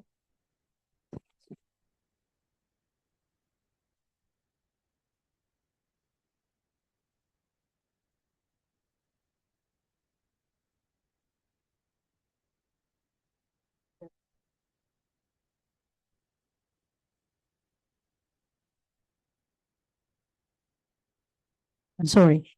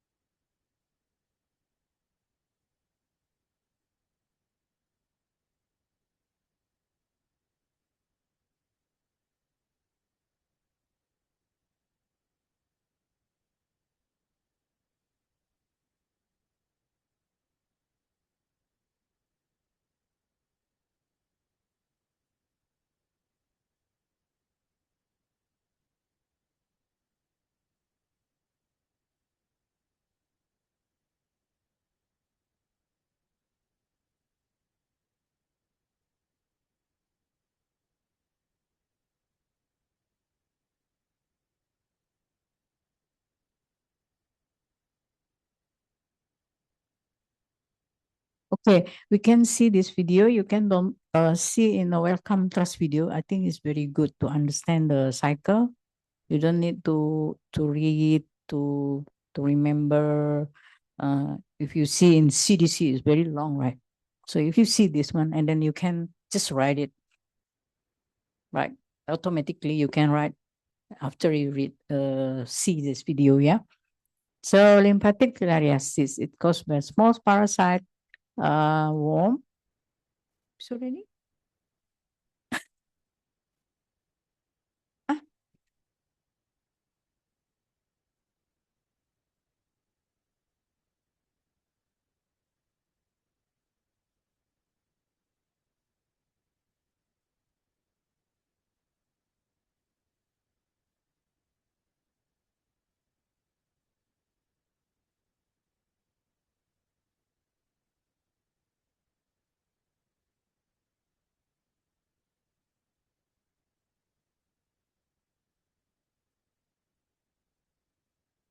Uh, is audience in the online can see this?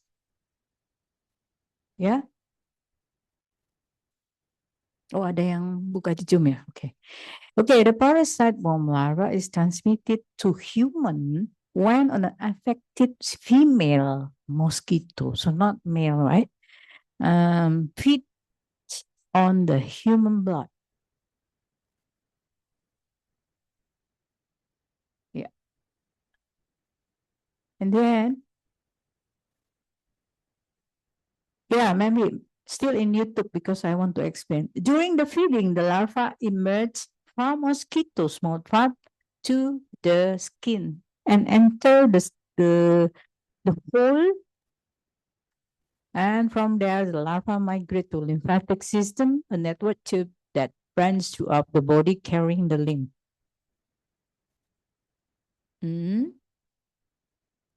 Within 9 up to 14 days of the infection, the larva transform into elongated form.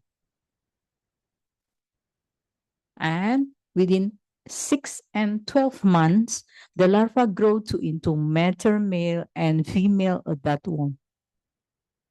Yeah. And then the adult worm nests and mate in lymphatic vessel. Can you imagine that? Then the female worm release large number of tiny immature larvae called microfilaria, which is the infective, yeah, migrate to the lymphatic system and enter the bloodstream. From here, they can transfer to the mosquito when it fits human in the blood, which is already infected by the filariasis. And then the microfilaria goes to the mosquito and make the mosquito to the stomach, yeah.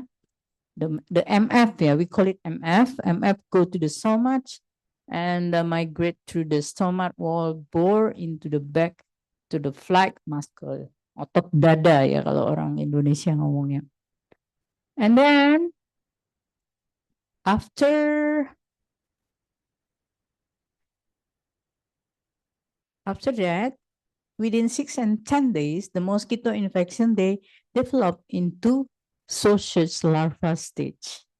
Yeah, like a bigger one, bigger than MF, and within days, for 11 and 13, the larva develop into infection form. The infection form migrate to mosquito mouth part. That's why from here they are transferred to another human. That's why if you want to check whether the mosquito, which mosquito are the factors of the filaria, you have to find the mosquito mouth part, the MF. So it is part of entomology. It is not like, oh, Indonesia have Mansonia, Indonesia have a Culex. No, entomology doing the research or study to see whether the mouth part of the mosquito have that kind of larva. Yeah.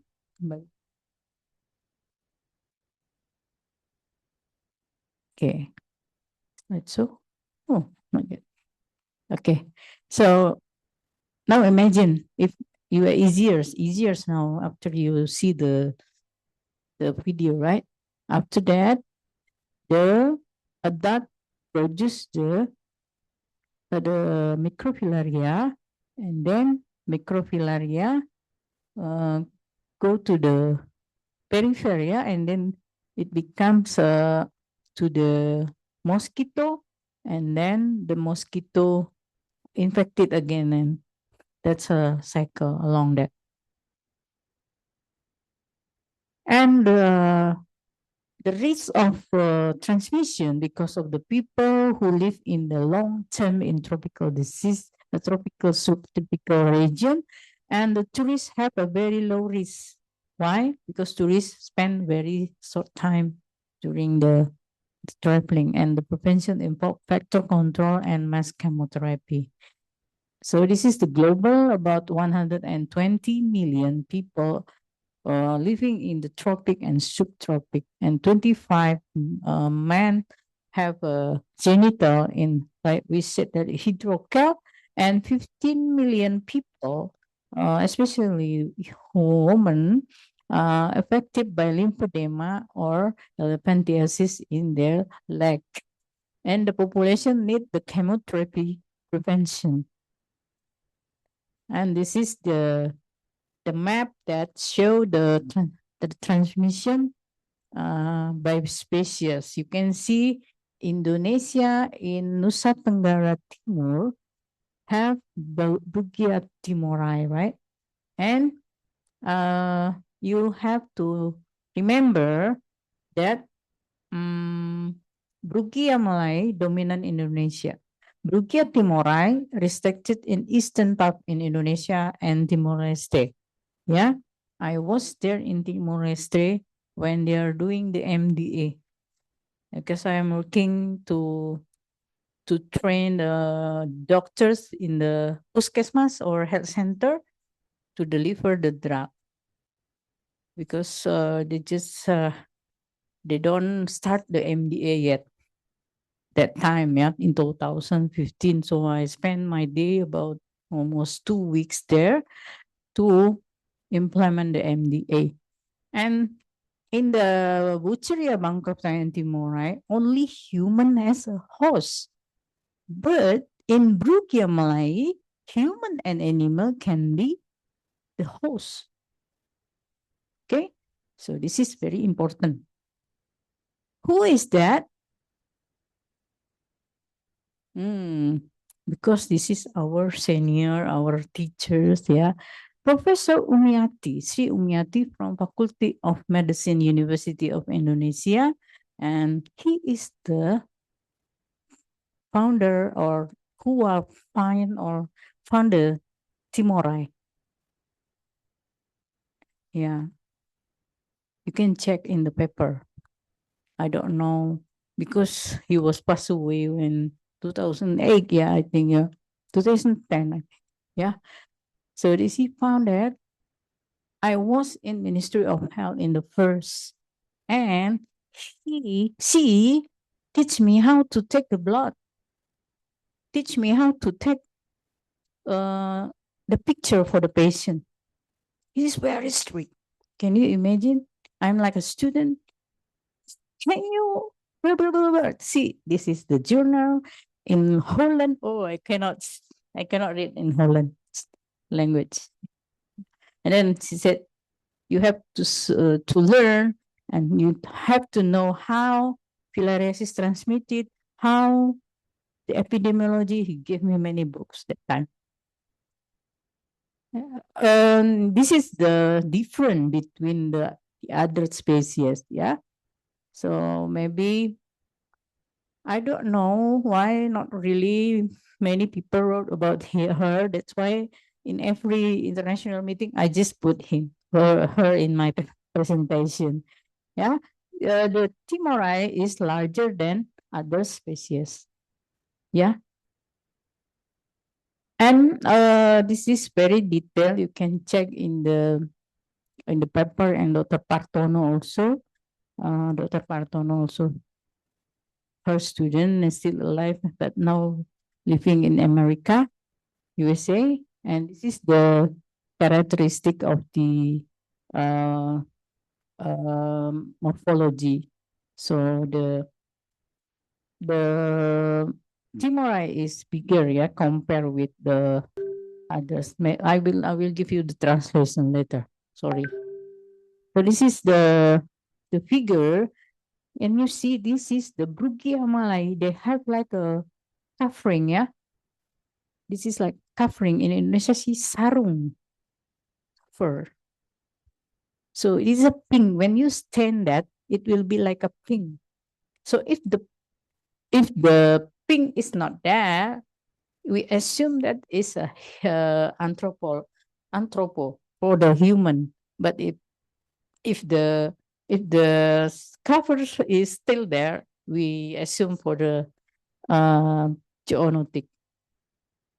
Yeah, but it is not stated in the publication. I know it from the people or our microscopic, which is he's very expert, but not have a level of education. So that's why technician, yeah, our technician is very very clever. So this is the figure of Rugia timori. See, this is the different. Yeah. Okay. The transmission. So need for Brugia, I always repeat. Brugia need another host like animal reservoir. So when we check in Kalimantan and Sumatra, it is very easy. We found in dog. And also in Thailand, when they are doing the surveillance, they also check whether the transmission is still in the dog. Yeah. So this is I make like a life cycle for Wucheria and Brugia. Okay. WHO released the global program elimination for filariasis since 2000. So it is state from it's initiated from 1997, which Professor Ullyartha also participated that meeting in Bhubaneswar, India, maybe. And then WHO delivered the GPLF for filariasis, and including the strategy is MDA and MMDP. MMDP is morbidity management and disability prevention. About 8,000 chronic case reported in 34 province. So this is our map from Ministry of Health in 2023. This is the endemic. Can you see Indonesia have many endemic area? That's why when I was in national program, we have to do like a big training for transmission assessment survey. This is the step how the country which is endemic should continue with the survey, which is the marking or the population who be able with is in the school children. But now it can be changed because in our meeting in WHO, I also argue with them. You ask us to check the children, then when we check with microfilaria in plasmodium in the adult, still high. Even in the children, we try to do with a rapid test is like a 0 or less than 1%. That's why now the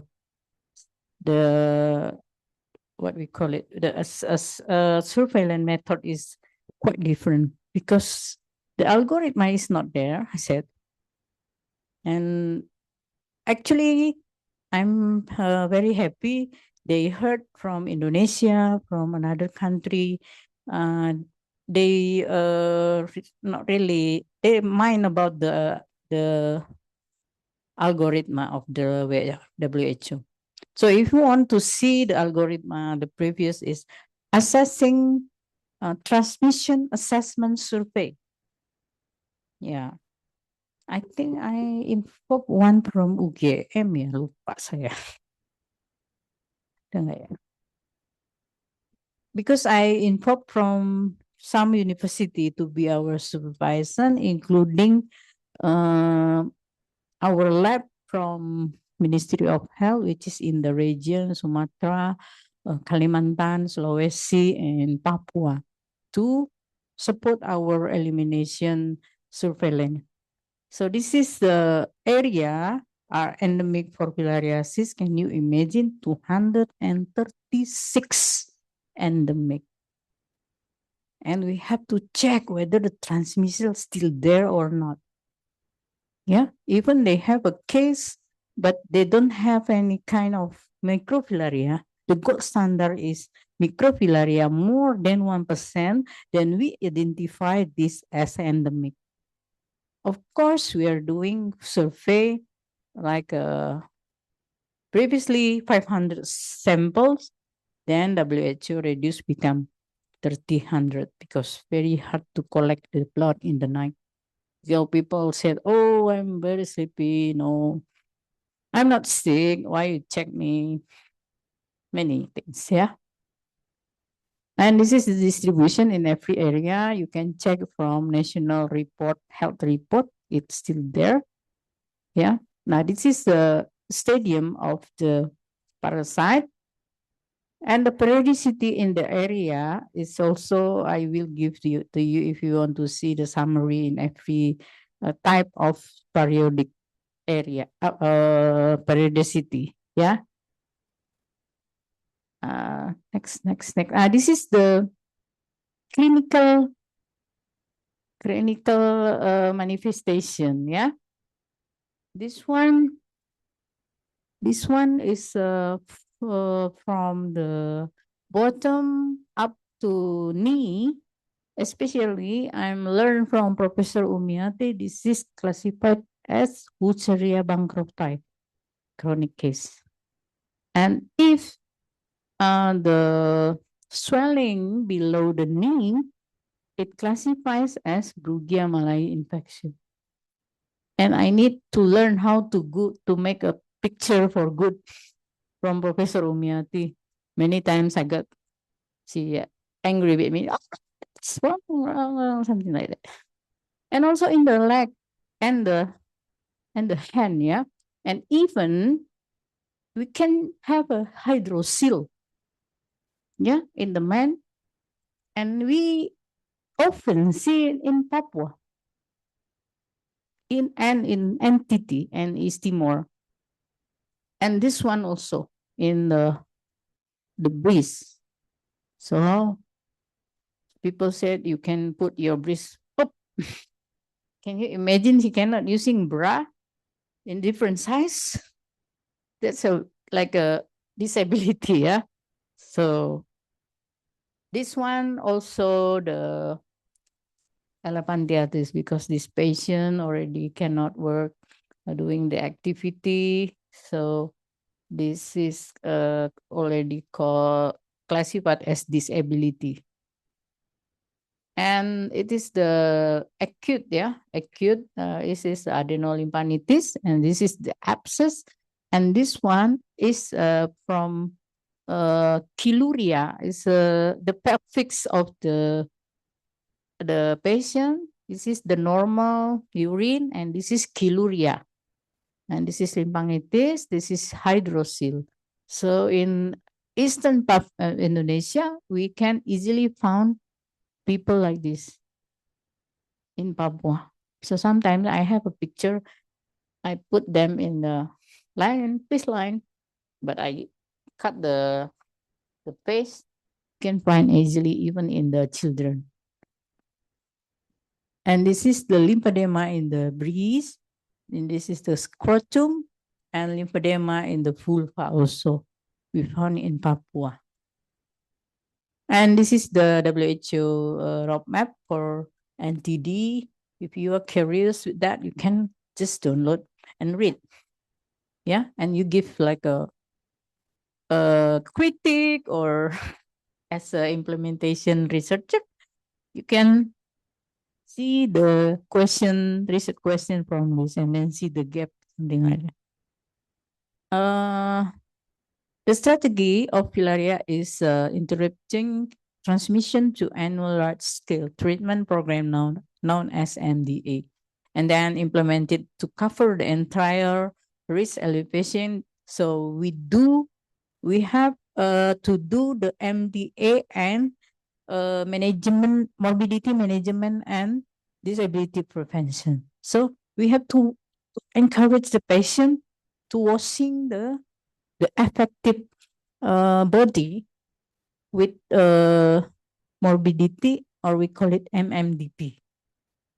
And this is the medication.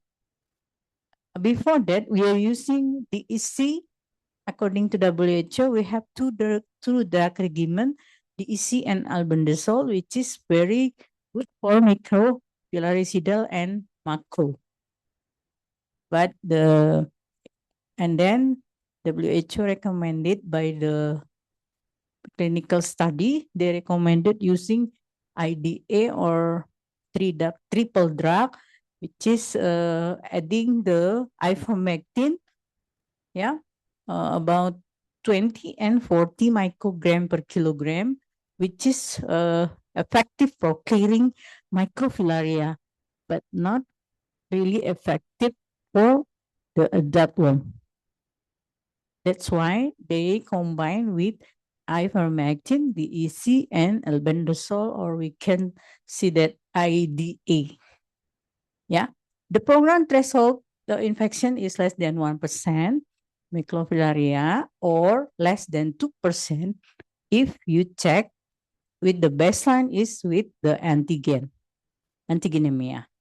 So this is if you're using microscopic or blood smear, and this is if you are using like a FTS. Later on, I saw you with the diagnostic. Yeah, this is the stage. Actually, there is a 7 for, in this case, Candy in 2011 classified 4 stage of lymphedema. So the pitting and the second stadium is pitting or non-pitting, but the third non-irreversible, and there is like a more thick, Then the 4th one, they can find the nodule and the mossy around the leg. Okay, this is the diagnostic. We have blood smear, antibody test, antigen test, and PCR. So PCR for Bancroftian, we're using SS1 repeated in A and Amplicom 188 base pair. And for the Brugia, the amplicon is 322 base pair. For Brugia now, we have Bioland Filariasis test from Korea, then FPS from USA. Yeah, this is before that the name is ICT, but now the platform is changed, become FTS. And Brugia Plus is also the same with Brugia rapid test previously. The same with this. Actually, inside is BM14. This is the founder is Dr. Professor Rahman Nurdin, who also have found SS, Strongyloides stercularis, yeah. Later on, Prof. Elsa will be working with that. And this is from, this is from USA, and this is from standard Q filariasis antigen, QFIAT, from Korea, actually. Not really, I'm not really satisfied using this one, but this one is quite okay. And we are using PCR for cynomonitoring in mosquito. So this is the Brugia filariasis IgG4. This is FTS, and this is standard key filariasis. Then for Brugia plus, this is just delivered from WHO now. It is using nanoparticle technology. Some area already have doing the evaluation using this kind of rapid test in Indonesia. This is donation from WHO. So if you are doing the PCR, then you can see the band here. See, 188 base pair for Wucheria bancrofti and Brugia malai. Okay. Next, this is like a campaign how to deliver the drug. So like Indonesia, we have experience, we have like a mass campaign with our minister in Demak. Yeah, we do it in Demak in 2017 with our minister, and we are also invited the artists because people will really interest if you are invited artist or comedian or influencer, yeah. But they're not interesting if researcher maybe. Because if researcher coming, they will take the blood, the feces, something like that. So this is the head of the local, the region. The region who are already complete 5 MDA, annual NDA, they will give the certificate from our minister that time. But still the evaluation still up and processing, because we need to check until all the area already complete the MDA. And this is one of our traveling to Malawi, very, very far. 1 hour and 1.5 hour from Jakarta, 4 hours with car, and with the motorcycle, just to reach the area. And then I give the education to the school children. Now, this one, we go to the school, we provide the medicine or the pills with all the government officer together to discharge the pill.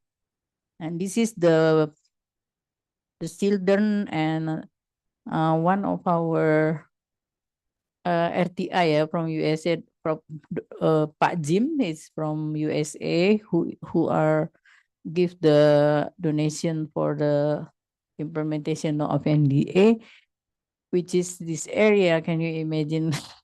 I'm very scary alongside this river, and you can find many holes in between. And this is also to ensuring how the community take the pills. This is like they make this is the like the depot who will not get the pill you can get from me. This is like a part of the campaign, yeah. And this is in the desa or village, and you can see the area. How can we send the pills to the community? It's not easy because we need to complete about 65% epidemiology coverage. It is a good coverage. If you have like a 1 million people, and then 65% of the people should have the pills. So we need to report from the WHO. Then they are doing the validation, blah blah blah. Like Fiji and Cambodia already have a. I think they need now. They already have a validation. Yeah. And this is the advocacy. I'm doing the advocacy with Professor Sudomo in Aceh, in many area. We talk to the stakeholder who are head of the area to to to to, to ensure that they know the problem and they will funding the MDA, because MDA we calculate how many rupiah should be delivered to the MDA. We need much money, especially for the area where the access is not good.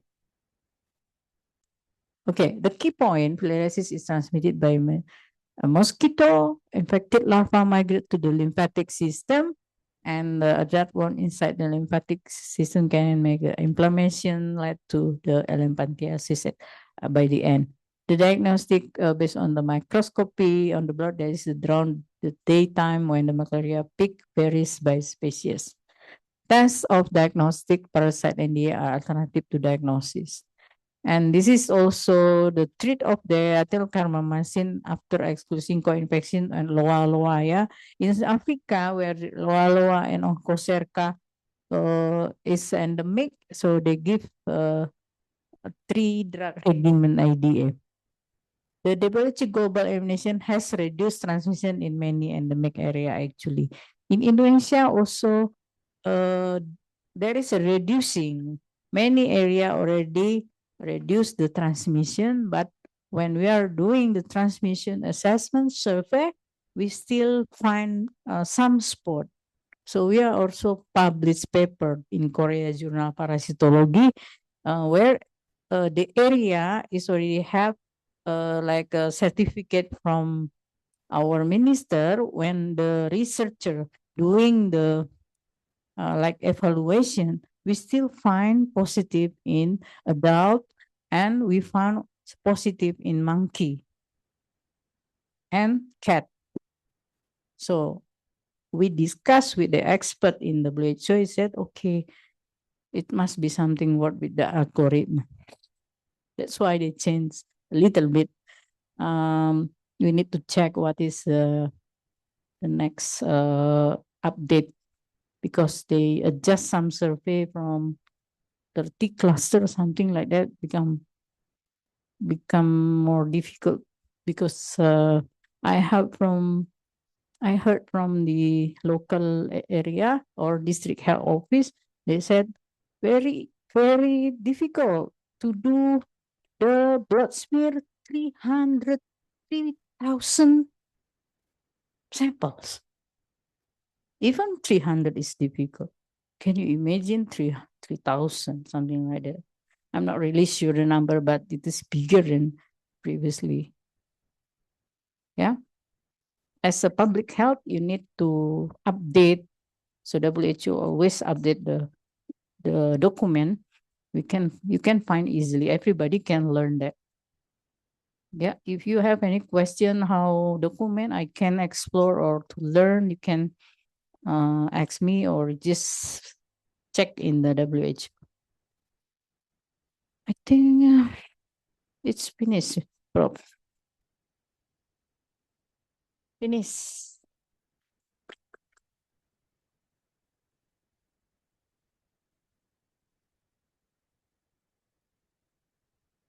Thank you very much, Dr. Helena. Any questions to Dr. Helena? We also invite the online participants to deliver your question. You can chat it on the chat box, or you can directly raise your hands and then ask your questions addressed to Dr. Helena here. Dr. Helena flew straight from Jakarta just to be us. So thank you so much. If no questions, there will be a post-test. Please prepare your. Otherwise, it will be delivered in the SMS. Okay, Bu Helena, I actually curious about one thing. You said that Brugia malayi is a zoonotic filaria, right? Based on your experience, you've done a lot of research on that. Up until now, is there any cases confirmed in human for Brugia malayi that came from dog, cats, or monkeys?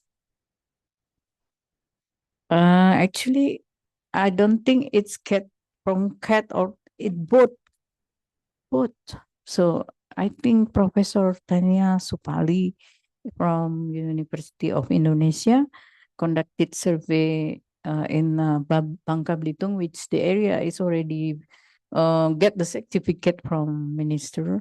Yeah, we published also one paper in Korea Journal. As I said before, we still found positive in monkey and cat.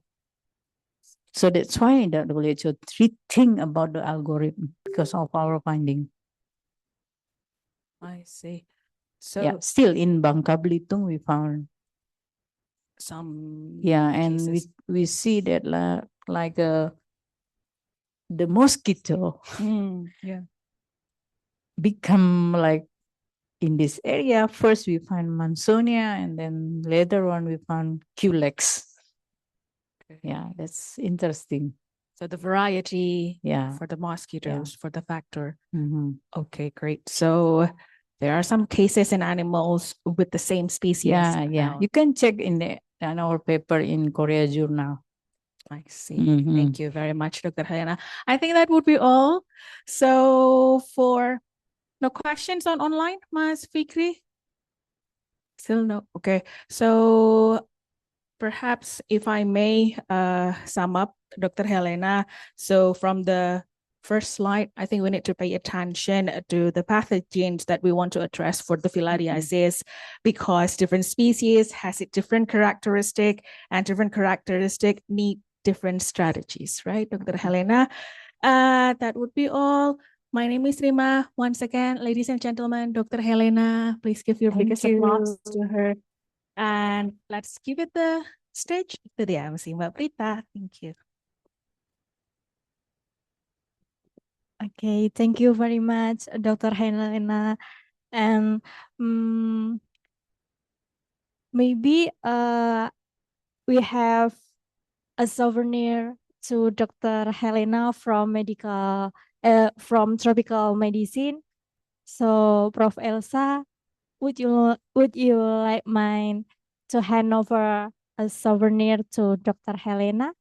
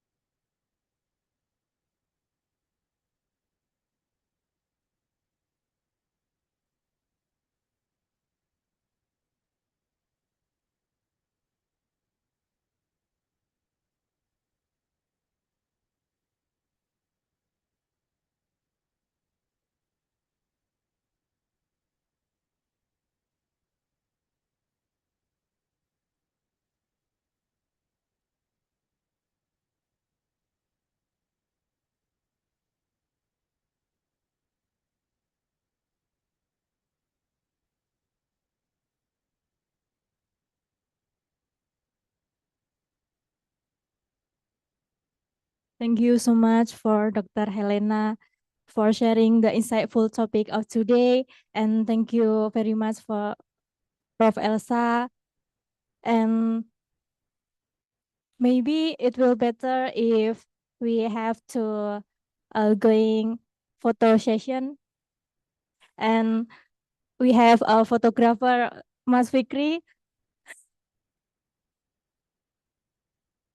Oh, oh yeah.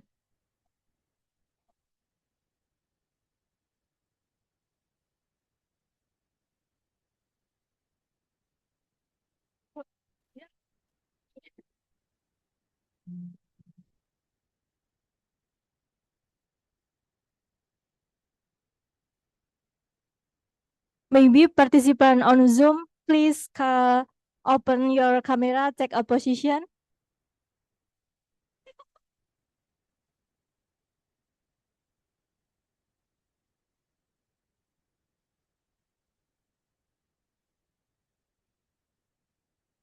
Okay, I will count 3, 2, 1, action.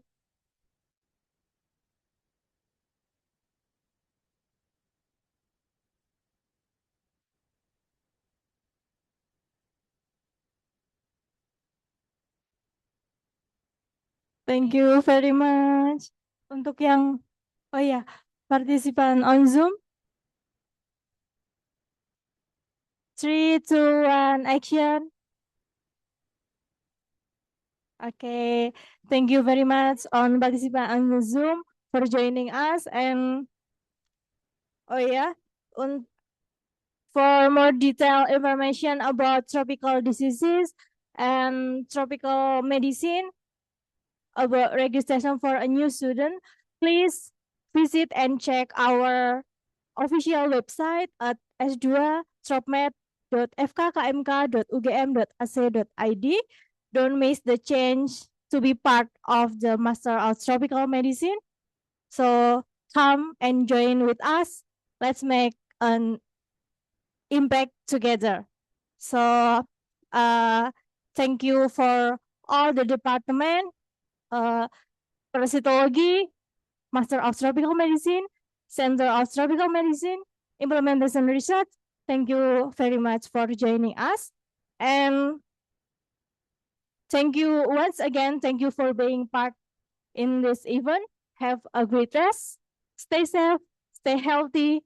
My name is Gigi Dwi Ayu Pitasari. Signing out. Wassalamualaikum warahmatullahi wabarakatuh.